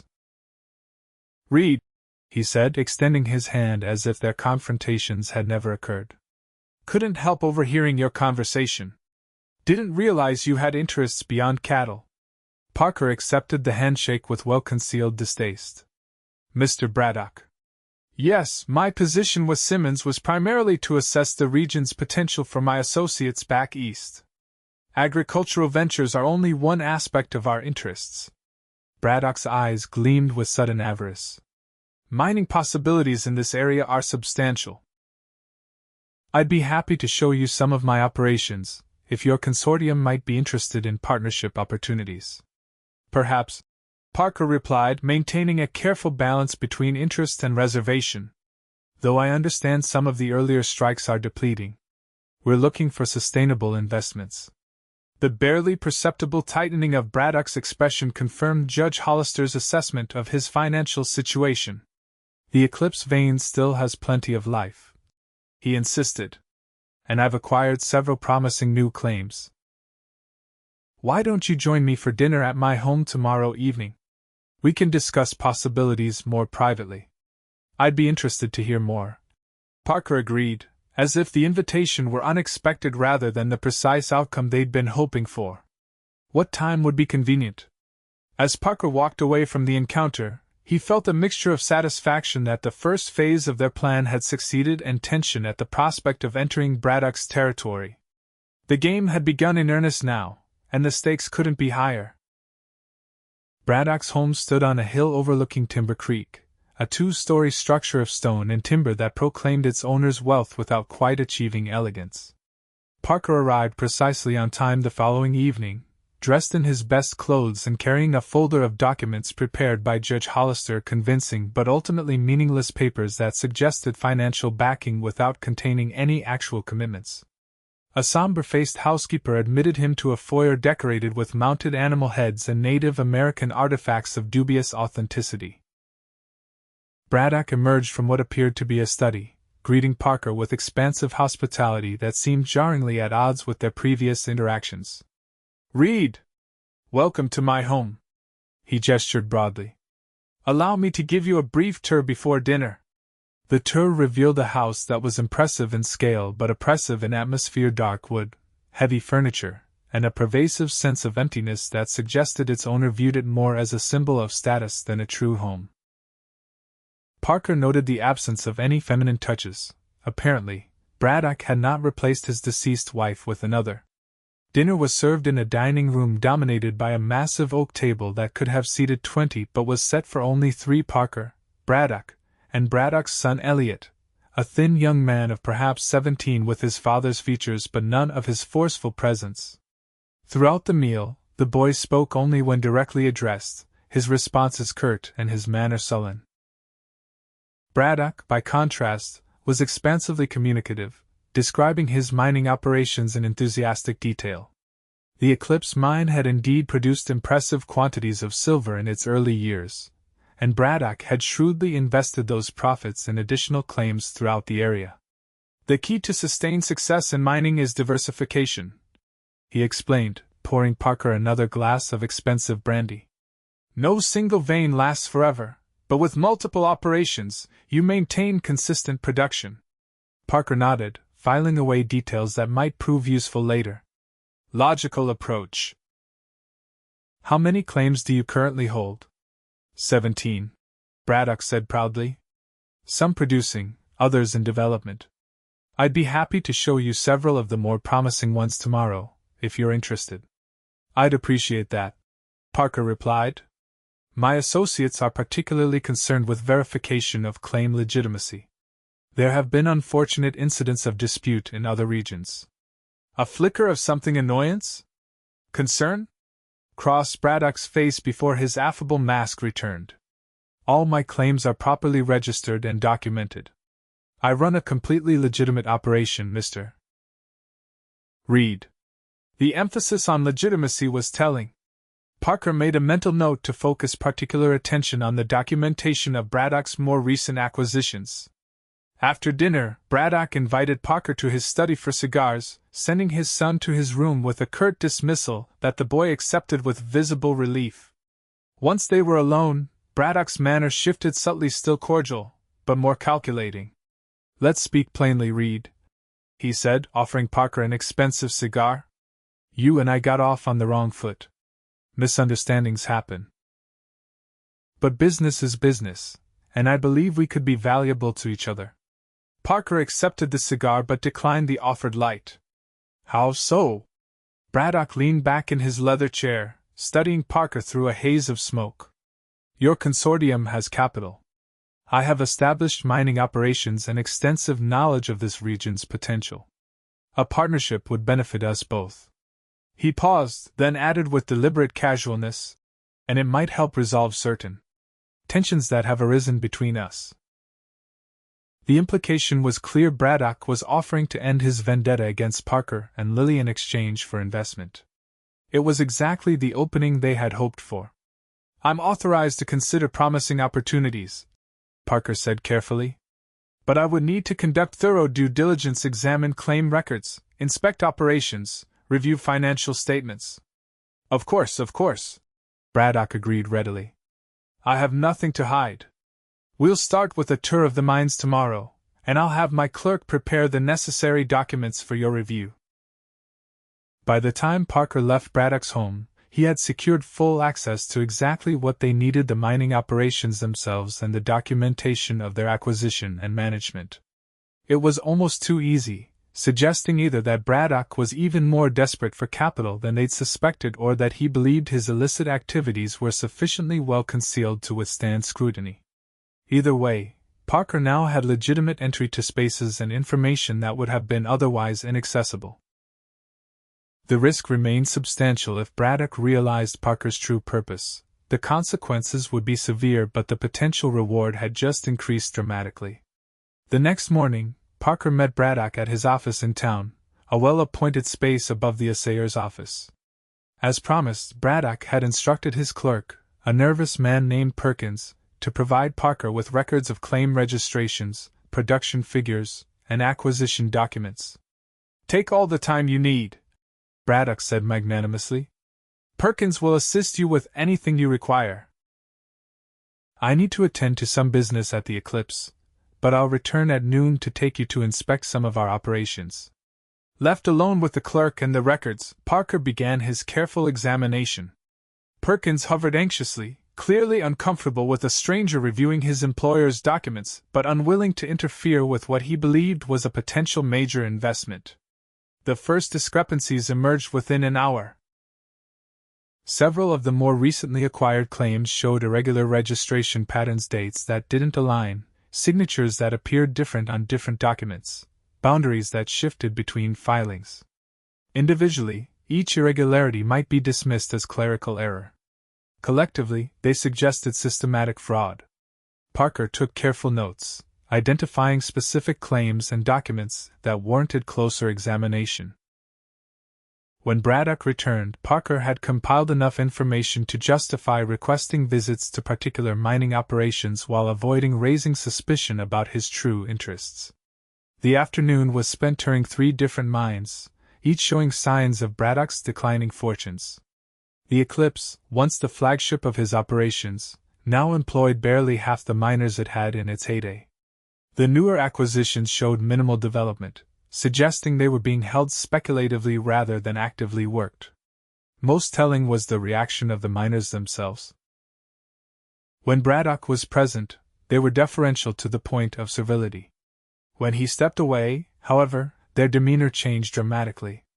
At the smallest of the operations, an older miner named Gunderson took advantage of Braddock's brief consultation with the foreman to approach Parker. "You ain't really looking to invest in this snake's operations, are you?" he muttered, ostensibly showing Parker a piece of ore. Parker maintained his cover while indicating his interest in the miner's perspective. "Just conducting due diligence. Why do you ask?" Gunderson spat contemptuously. "This claim belonged to my partner and me until last winter. Braddock's men sabotaged our equipment, caused a cave-in that nearly killed Jonas. Then Braddock shows up offering to buy us out for 1/10 what it's worth, saying it was too dangerous for old-timers like us to work alone." His weathered face hardened with bitterness. "Had no choice but to sell. Now I'm working my own claim for wages, and Jonas is crippled up in Denver." Before Parker could respond, Braddock returned, and Gunderson quickly resumed his deferential posture. But the brief exchange confirmed what Parker and Judge Hollister had suspected. Braddock's expansion had been achieved through intimidation and possibly outright violence. By the end of the day, Parker had gathered significant evidence of irregularities in both the acquisition and registration of Braddock's claims. Nothing individually damning, perhaps, but collectively painting a picture of systematic fraud that would certainly interest the Federal Mining Commissioner. More importantly, he had named miners like Gunderson who might be willing to testify about Braddock's methods if assured of federal protection. It was a promising start, but Parker knew they would need more to ensure Braddock faced real consequences. The investigation continued over the next 2 weeks, with Parker carefully balancing his duties at the Simmons Ranch with his role as prospective investor. Braddock grew increasingly eager to secure a commitment, even suggesting specific figures for potential investment that revealed the depth of his financial difficulties. Throughout this period, Parker maintained his Saturday visits to Lily, now staying at the Wilsons' home. Their relationship deepened despite or perhaps because of the challenges they faced together. In the garden behind the house, they could speak privately about Parker's findings and the progress of their plan. "Judge Hollister believes we'll have enough to approach the federal commissioner within another week," Parker told her one particularly beautiful August evening, the air fragrant with late summer blossoms. "Braddock's getting impatient for a commitment, which works in our favor. He's being less careful, showing me things he probably shouldn't." Lily's face was illuminated by the soft glow of lantern light, her expression a mixture of hope and concern. "And then what happens? If the commissioner agrees to send a federal marshal? Braddock will be arrested, his assets potentially seized pending investigation," Parker explained. "With federal charges, he can't rely on local protection. He'll face trial in Denver. And if he's convicted? Prison," Parker said simply. "For fraud at minimum, possibly more serious charges if we can prove his role in the intimidation and violence against other miners." Lily was quiet for a moment, contemplating the magnitude of what they were attempting. "It seems almost unbelievable that it might actually end his power over this town, over us." "It will end," Parker promised, taking her hand. "One way or another." The tenderness of the gesture led naturally to a more intimate moment. With a boldness born of deepening feelings, Parker drew Lily gently toward him. Their first kiss was tentative, a delicate exploration that quickly blossomed into something more profound, a confirmation of emotions that had been building between them for months. When they finally separated, both slightly breathless, Lily's eyes shone with emotions that matched Parker's own surging feelings. "When this is over," she whispered. What happens to us? It was the question that had hovered unspoken between them, the future they both desired but had hesitated to claim, while Braddock's shadow loomed over their lives. If you'll have me, Parker said, his voice rough with sincerity, I'd like to build that life I promise you. A home, a future together. Lily's smile was radiant in the gathering dusk. I'd like that very much, Parker Reed. The moment's perfection was shattered by the sudden appearance of Mrs. Wilson at the garden gate, her face taut with anxiety. Parker! Thank goodness you're still here. Sheriff Dawson is at the front door, asking for you. He says it's urgent. Parker exchanged a concerned glance with Lily before following Mrs. Wilson to the house. Sheriff Dawson stood awkwardly in the small parlor, his expression uncharacteristically grave. Reed, he acknowledged with a nod. Need to speak with you. Privately. Once they stepped onto the porch, Dawson's manner shifted from official to almost apologetic. There's been trouble at the Simmons ranch. Fire in one of the barns. Nobody hurt, but substantial damage. Parker felt a cold knot form in his stomach. When? Couple hours ago. Got it under control before it spread to the house or other buildings, thank the Lord. Dawson hesitated, then added reluctantly, Tom asked me to tell you he doesn't blame you, but he thinks maybe you should stay in town for a bit. Until things settle. The message was clear. Tom believed, as Parker did, that Braddock was responsible for the fire, and that it was intended as both retaliation and warning. By suggesting Parker remain in town, Tom was trying to protect his family and property from further reprisals. I understand, Parker said grimly. Please tell Tom I'll respect his wishes, and that I'm sorry for the trouble I brought to his door. Dawson nodded uncomfortably. Also, there's talk around town about you not being what you claimed. Braddock's been asking questions, showing interest in your background. He met Parker's eyes directly for perhaps the first time. Don't know what game you're playing, Reed, but Braddock ain't the type to lose gracefully. Watch yourself. With that unexpected warning, Dawson departed, leaving Parker to process the implications. Braddock was growing suspicious, perhaps even aware of the investigation. The fire at the Simmons ranch was a message: back off, or worse will follow. Parker returned to the garden where Lily waited anxiously. Briefly, he explained what had happened and Dawson's warning. This changes things, he concluded.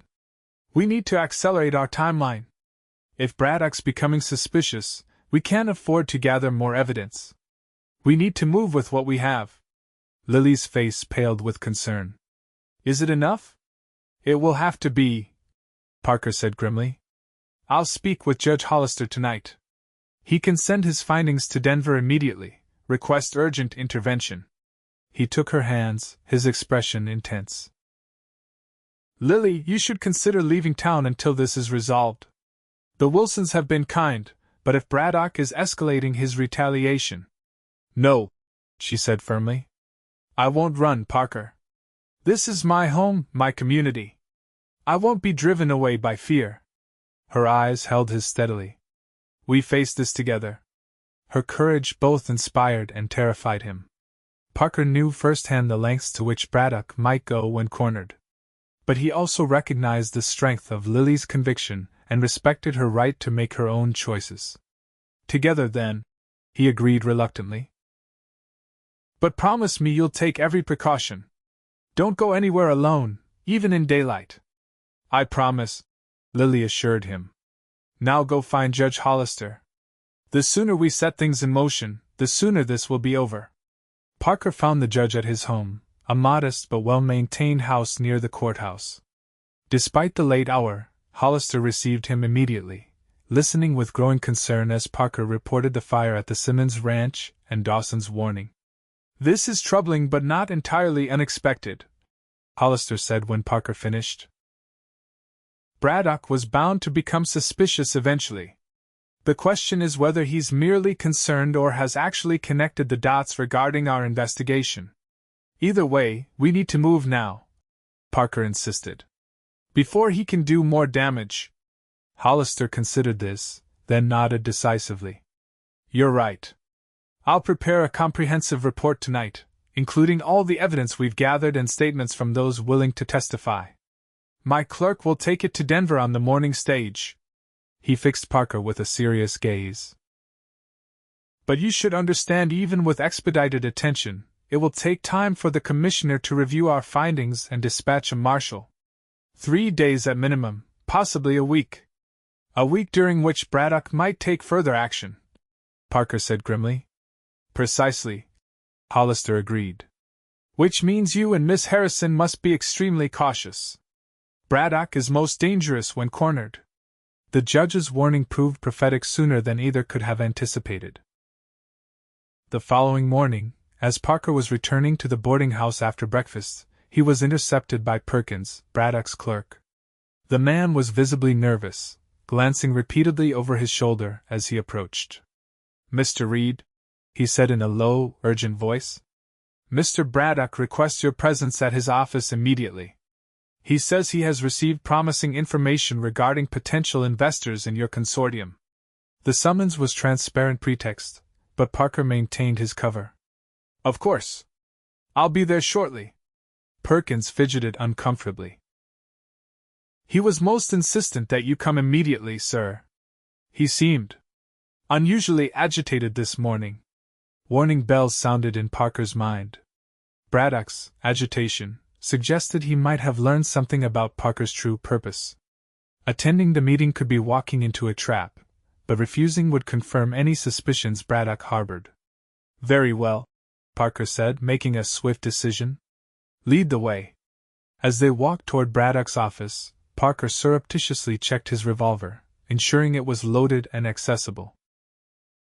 He also made a point of nodding to several townspeople along the way, establishing his movements in public view. If Braddock had something untoward planned, witnesses to Parker's last known whereabouts might prove important. The office was ominously quiet when they arrived, the outer room empty of the usual clerical staff. Perkins hesitated at the door to Braddock's private office, his discomfort palpable. Mr. Reed to see you, sir, he called, opening the door. Braddock sat behind his massive desk, a glass of whiskey at his elbow despite the early hour. His familiar associates, Jess and Cutter, stood on either side of the office like bookends, their posture relaxed but their eyes watchful. Reed, Braddock said, his voice deceptively cordial. Come in. Perkins, that will be all. The clerk departed with obvious relief, closing the door behind him. Parker remained standing just inside the entrance, maintaining clear sight lines to both Braddock and his men. You wanted to see me? He prompted when Braddock remained silent, simply studying him with predatory intensity. Indeed. Braddock lifted a telegram from his desk. Curious thing arrived this morning from Denver. An associate there informs me that the Eastern Mining Consortium you claim to represent doesn't exist. His smile was cold and entirely without humor. Now why would you misrepresent yourself in such a fashion, I wonder?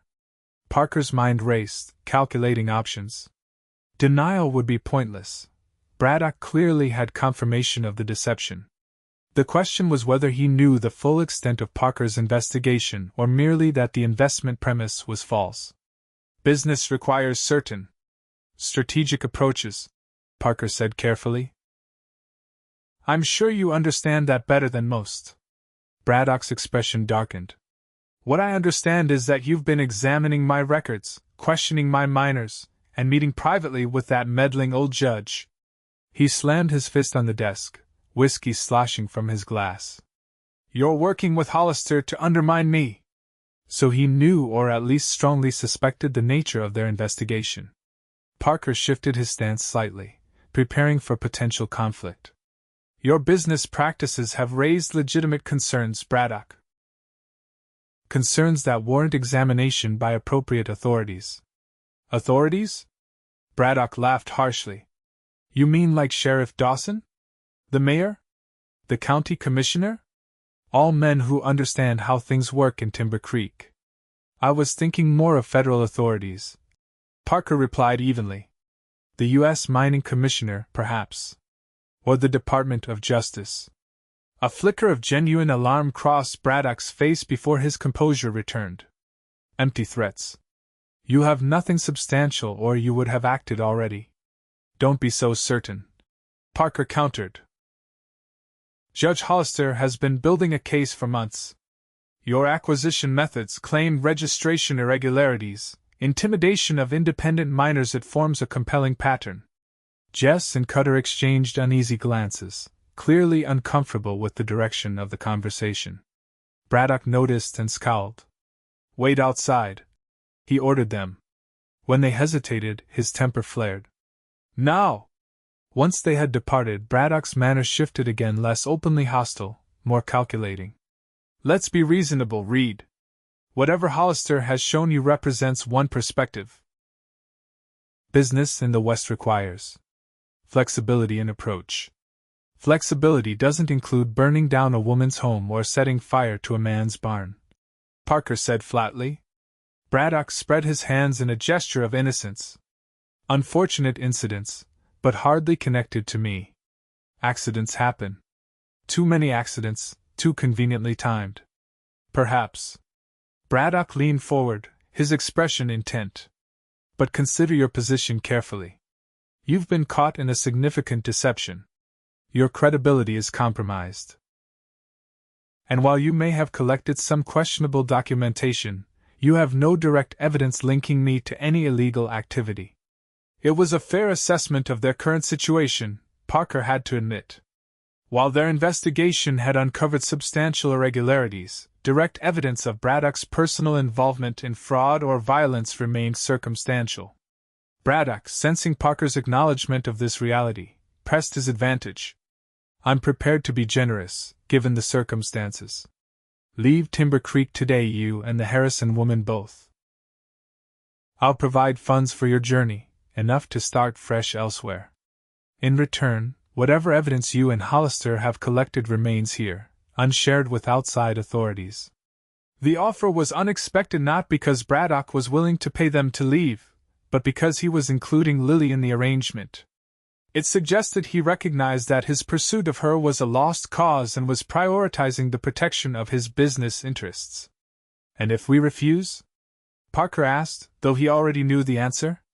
Braddock's smile was cold. Then I can't guarantee your safety or hers. Timber Creek can be a dangerous place for those who don't understand how things work here. The threat hung in the air between them, naked and unambiguous. Parker considered his options. Accepting Braddock's offer would mean abandoning their pursuit of justice and leaving the town and its people still under his corrupt influence. Refusing meant facing escalating danger until federal authorities potentially intervention that might come too late. There was a third option, though it carried its own significant risks: bluff. Your offer comes too late, Parker said, his voice steady. Judge Hollister's report, including all evidence we've gathered, is already on its way to Denver. By this time tomorrow, the mining commissioner will have it in hand, along with sworn statements from miners like Gunderson detailing your methods of acquisition. It wasn't entirely a lie. Hollister had indeed planned to send the report that morning, but Parker had no confirmation it had actually departed. Still, the effect on Braddock was immediate and gratifying. His face flushed with anger, but beneath the rage, Parker detected a flicker of genuine fear. You're bluffing, Braddock growled, but uncertainty had crept into his voice. Am I? Parker held his gaze steadily. How confident are you that your operations can withstand federal scrutiny? Confident enough to risk everything you've built? For a long moment, the two men stared at each other across the desk, the balance of power between them shifting perceptibly. Then Braddock reached for a small bell on his desk and rang it sharply. The door opened immediately, revealing Jess and Cutter waiting just outside as expected. Show Mr. Reed out, Braddock instructed them, and ensure he reaches his destination safely. The barely veiled threat wasn't lost on Parker, but he maintained his composure as he was escorted from the building. Outside, in the bright morning sunlight, Jess gripped his arm with unnecessary force. Boss says you're leaving town today, he muttered. Suggests you start packing. Parker removed the man's hand from his arm with deliberate calm. Your boss doesn't dictate my movements. Cutter stepped closer, his hand hovering near his holstered revolver. Smart men listen when Mr. Braddock makes suggestions. And observant men notice when they're outnumbered. Came a familiar voice from behind them. Tom Simmons stood there, his shotgun held casually but visibly at his side. With him were two of his ranch hands similarly armed. Everything all right here, Parker? Relief washed through Parker at the timely intervention. Just a minor disagreement about travel plans, Tom. Nothing to concern yourself with. Jess and Cutter exchanged glances, clearly reassessing the situation. With obvious reluctance, they backed away. This ain't over, Jess warned before they turned and retreated toward Braddock's office. Once they were out of earshot, Tom approached Parker, his expression grave. Hollister told me what's happening. Sarah and I discussed it, and we want you to know we stand with you and Miss Harrison, regardless of the risk. Parker was momentarily speechless, moved by the rancher's loyalty. That means more than I can say, Tom. But Braddock's dangerous when cornered, as you've already experienced with the barn. Tom's weathered face hardened. Been dealing with bullies like Braddock my whole life. They thrive on isolation, making folks feel alone and helpless. Well, you and Miss Harrison aren't alone. He gestured toward the main street, where Parker noticed several townspeople watching with interest. Word's getting around about what Braddock's been up to. People are finding their courage. It was a heartening observation, though Parker remained concerned about the immediate dangers they faced. Hollister was sending his report to Denver this morning. Did you happen to see if the stage departed on schedule? Left about an hour ago, Tom confirmed. Hollister's clerk was on it, clutching a satchel like it contained gold dust. So the bluff hadn't been a bluff after all. Their evidence was indeed on its way to Denver, which meant federal intervention was now a matter of when, not if. The knowledge bolstered Parker's resolve, though he remained acutely aware that the most dangerous period lay directly ahead, the time between Braddock realizing his empire was threatened and the arrival of authorities with the power to restrain him. I need to find Lily, Parker said, suddenly anxious about her safety. Braddock knows about our investigation now. He might lash out. She's with Sarah at the mercantile, Tom said. Picking out fabric for new curtains, of all things. Said something about not letting fear stop her from planning for the future. He smiled faintly. Remarkable woman, your Miss Harrison. That she is, Parker agreed, his heart warming at the description. And not just mine, she belongs to herself first and foremost. Tom's smile widened knowingly. For now, perhaps. But I've seen how you look at each other. He clapped Parker on the shoulder. Go find her. Sarah and I will be at Peterson's for lunch if you need us. Parker found Lily exactly where Tom had indicated, discussing fabric options with Sarah Simmons and Mrs. Peterson, the mercantile owner's wife. The normality of the scene, three women engaged in ordinary domestic planning, struck a poignant chord in Parker's heart. This was what they were fighting for, the right to live ordinary lives without fear or intimidation. Lily's face brightened when she saw him, then quickly sobered as she registered his expression. What's happened? She asked, stepping away from the others. Briefly, Parker explained his confrontation with Braddock and the knowledge that their evidence was now en route to Denver. He offered us money to leave town, he concluded. Both of us. Lily's eyebrows rose in surprise. That's unexpected. It means he's worried, Parker said. More worried about the investigation than about losing his pursuit of you. Good, Lily said with uncharacteristic vehemence. Let him worry. Her expression softened as she studied Parker's face. What happens now? We wait, Parker replied. And we stay vigilant. Braddock knows he's running out of time, which makes him more dangerous than ever. The next 3 days passed in a state of heightened tension. Parker arranged to stay at the Wilsons' home rather than the boarding house, providing additional protection for Lily while making himself a less isolated target. Judge Hollister kept them informed of his communications with Denver, confirming that his clerk had arrived safely and delivered their evidence to the mining commissioner's office. Braddock, meanwhile, maintained an ominous silence. His office remained closed, with Perkins informing inquiring miners that Mr. Braddock was indisposed. Jess and Cutter were seen riding in and out of town at odd hours, their purposes unknown but concerning. The atmosphere in Timber Creek itself was changing perceptibly. Word had spread about Braddock's confrontation with Parker and the pending federal investigation. Those who had suffered under Braddock's influence began speaking more openly about their experiences, shopkeepers describing protection payments disguised as loans, miners recounting intimidation tactics, even Sheriff Dawson admitting privately to Judge Hollister that he had been compromised by threats against his family. On the evening of the third day, Judge Hollister arrived at the Wilsons' home with news. "Commissioner Hammond has reviewed our evidence," he announced without preamble. "He's dispatching a federal marshal and 2 deputies. They should arrive by tomorrow afternoon."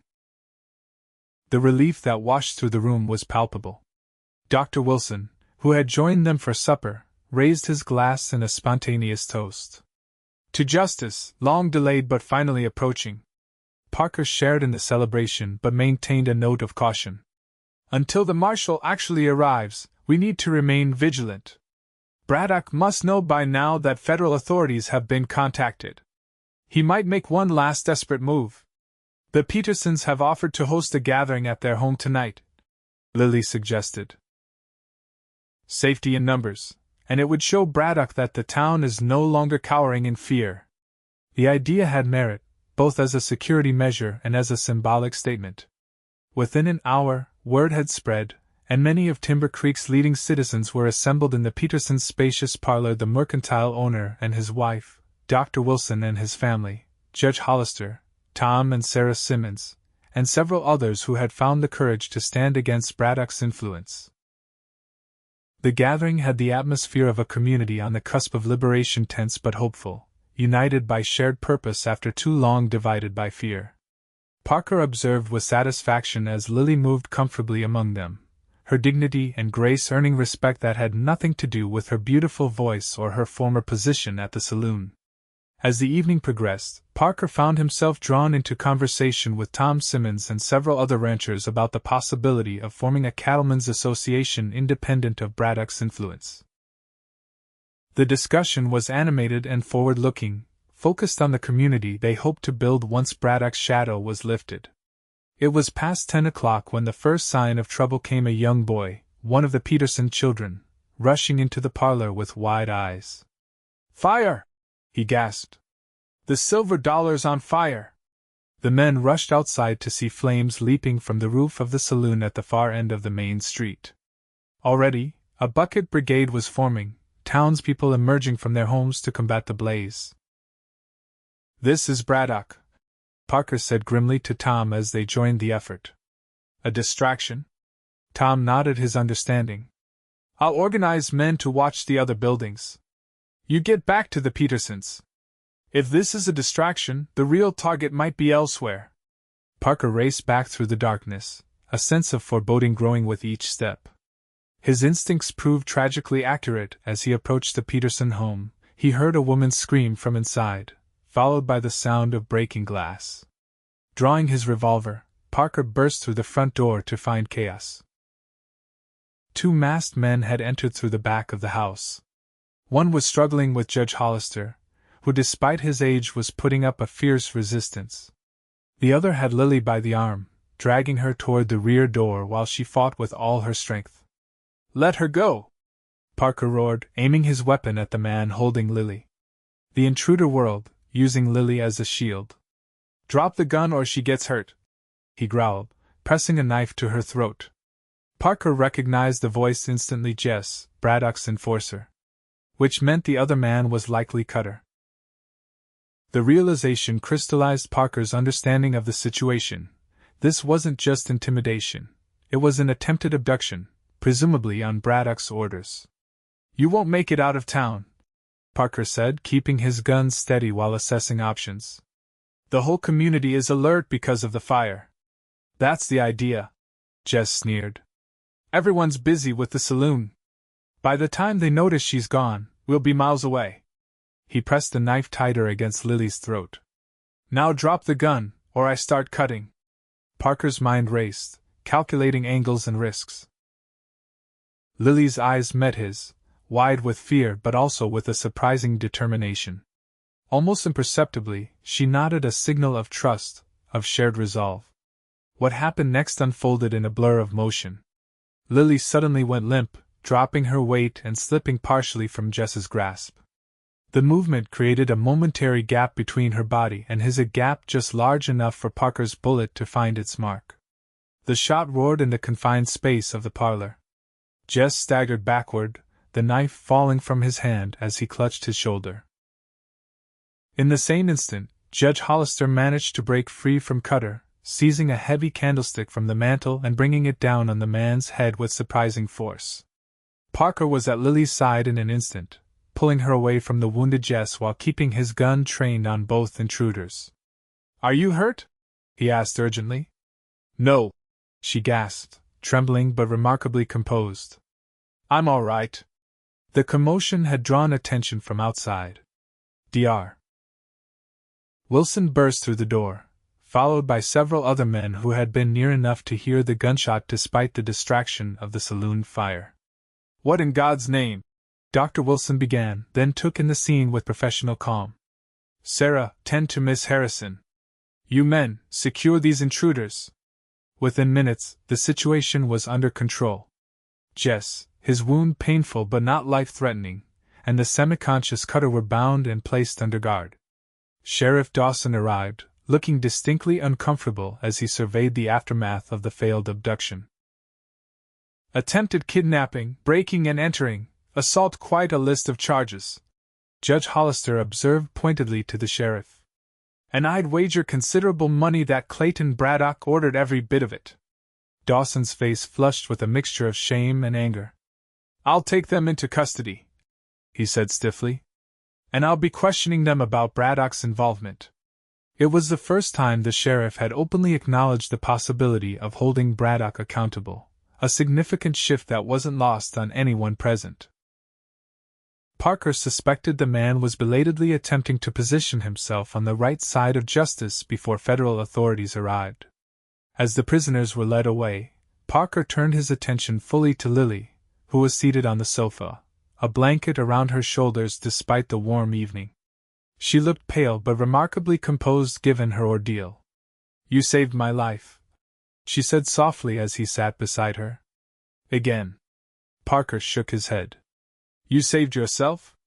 That move you made, it gave me the shot." He took her hand, no longer concerned about propriety or appearances. "You're the bravest person I've ever known, Lily Harrison." She managed a small smile. "Not brave. Just unwilling to let Braddock win after everything we've done to stop him." They were interrupted by Tom Simmons, who entered the parlor with news from town. "Fire's under control," he reported. "Damage to the saloon is significant but not total. And there's something else you should know." His expression was grimly satisfied. "Braddock's gone. His housekeeper says he packed a valise and rode out about an hour ago, headed south." The news rippled through the room, surprise, relief, and concern in equal measure. "Running," Judge Hollister said thoughtfully. "He must have realized his men failed and decided to flee before the marshal arrives." "Can he escape?" Lily asked, her grip tightening on Parker's hand. "Not likely," the judge replied. "I sent telegrams to neighboring settlements as soon as we confirmed federal intervention was coming. Descriptions of Braddock have been circulated. He won't find it easy to disappear." The remainder of the night passed in a blur of activity, statements taken, wounds tended, arrangements made for additional guards at the jail, and watches throughout town in case Braddock attempted to return or had left other associates behind. Dawn broke over Timber Creek with a sense of cautious hope. The silver dollar stood damaged but salvageable, its charred roof a visible reminder of the night's events. The Petersons' home had been restored to order, though Mrs. Peterson declared she would be replacing the parlor rug that had been stained with Jess's blood. Parker and Lily, exhausted but unwilling to separate after the previous night's danger, sat together on the Wilsons' porch, watching the town come to life in the early morning light. Neither had slept, but there was a tranquility between them born of shared survival and deepening connection. "What happens now?" Lily asked, echoing the question she had posed days earlier, though its meaning had evolved with their circumstances. Parker considered his answer carefully. "Today, we wait for the federal marshal. With luck, Braddock will be apprehended quickly. Then comes the legal process, testimonies, evidence, eventually a trial in Denver. And after that?" Lily pressed gently. "When it's truly over?" Parker turned to face her fully, taking both her hands in his. "After that, if you're willing, I'd like to make good on my promise. To build us a life with my own two hands." He smiled, suddenly shy despite everything they'd been through together.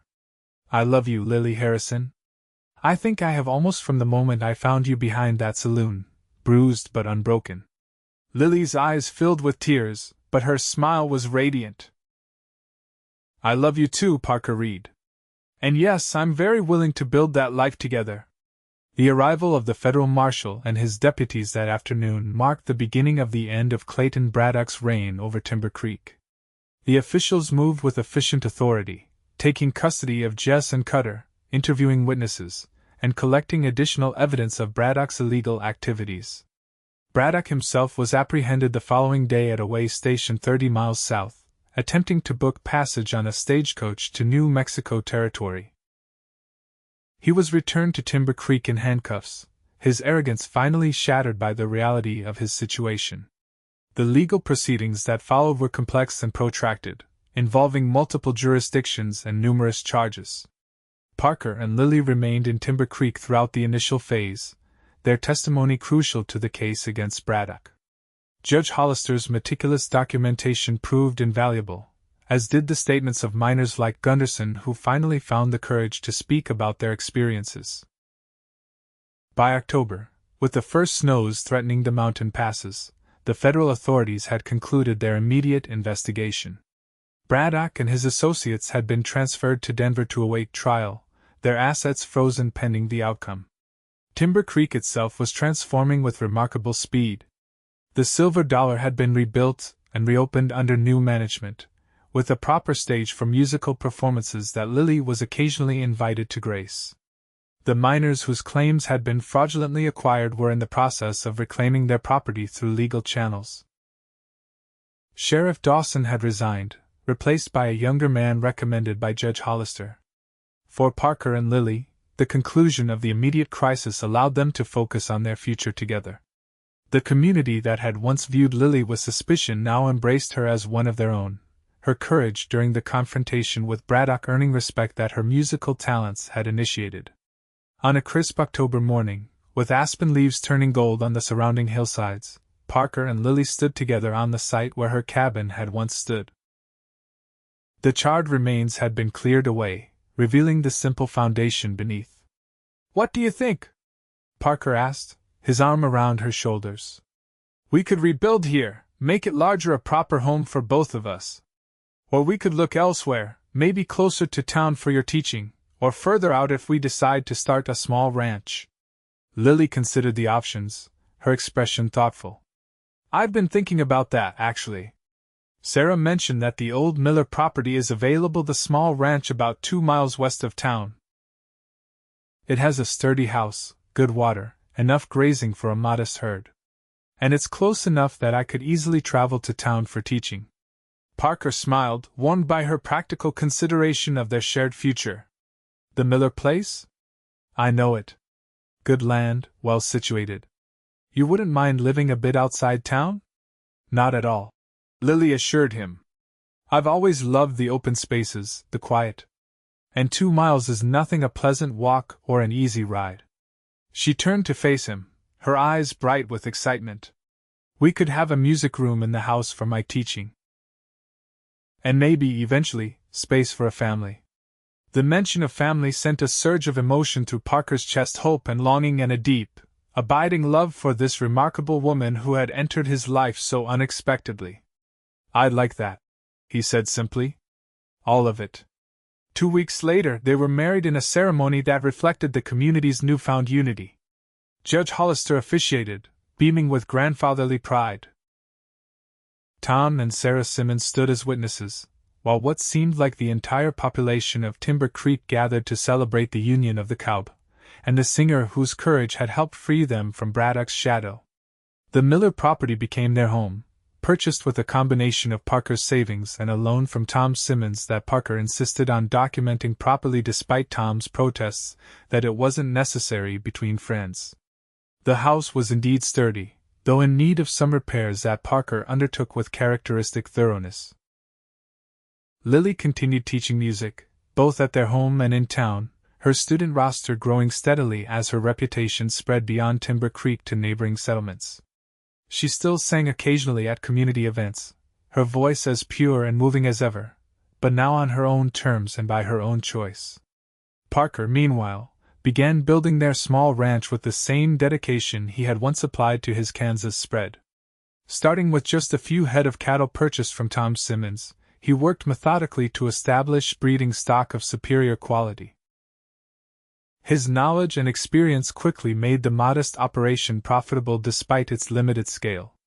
News arrived from Denver in the spring of 1879 that Clayton Braddock had been convicted on multiple counts of fraud and conspiracy, sentenced to 15 years in federal prison. His mining empire was formally dissolved, the legitimate assets sold to pay restitution to those he had defrauded, including funds to rebuild Lily's original cabin, which they decided to complete as a potential rental property. By the summer of 1880, their life together had settled into a rhythm of hard work and quiet contentment. The ranch was thriving, with a small but growing herd of quality cattle. Lily's music school had become a formal institution, with a dedicated room in their homes serving students from Timber Creek and beyond. The town itself had continued to evolve, with new businesses opening and a sense of optimism replacing the fear that had characterized the Braddock era. On a warm July evening, as they sat on their porch watching the sunset paint the western sky in shades of gold and crimson, Lily shared the news she had been waiting to confirm: they would be welcoming a child in the early months of the coming year. Parker's reaction was everything Lily had hoped: joy, wonder, and a deepening of the tenderness that had characterized their relationship from its earliest days. As he held her close, his hand gently resting on her still flat stomach, he marveled at how completely his life had transformed in just over 2 years. "When I found you that night behind the saloon," he said softly, "I made a promise I wasn't sure I could keep to build you a life with my own 2 hands. I had nothing then but my word and my willingness to work." Lily smiled, covering his hand with her own. "And that was enough. More than enough." As darkness gathered and stars began to appear in the velvet sky above their home, Parker Reed reflected on the remarkable journey that had brought them to this moment. From desperate circumstances and unlikely beginnings, they had forged something precious: a partnership based on mutual respect and deepening love, a home built on solid foundations, and now the promise of family to fill that home with laughter and new dreams. It wasn't the life either of them had envisioned when fate brought them together behind a saloon on a spring evening in 1878. It was, in every way that mattered, infinitely better.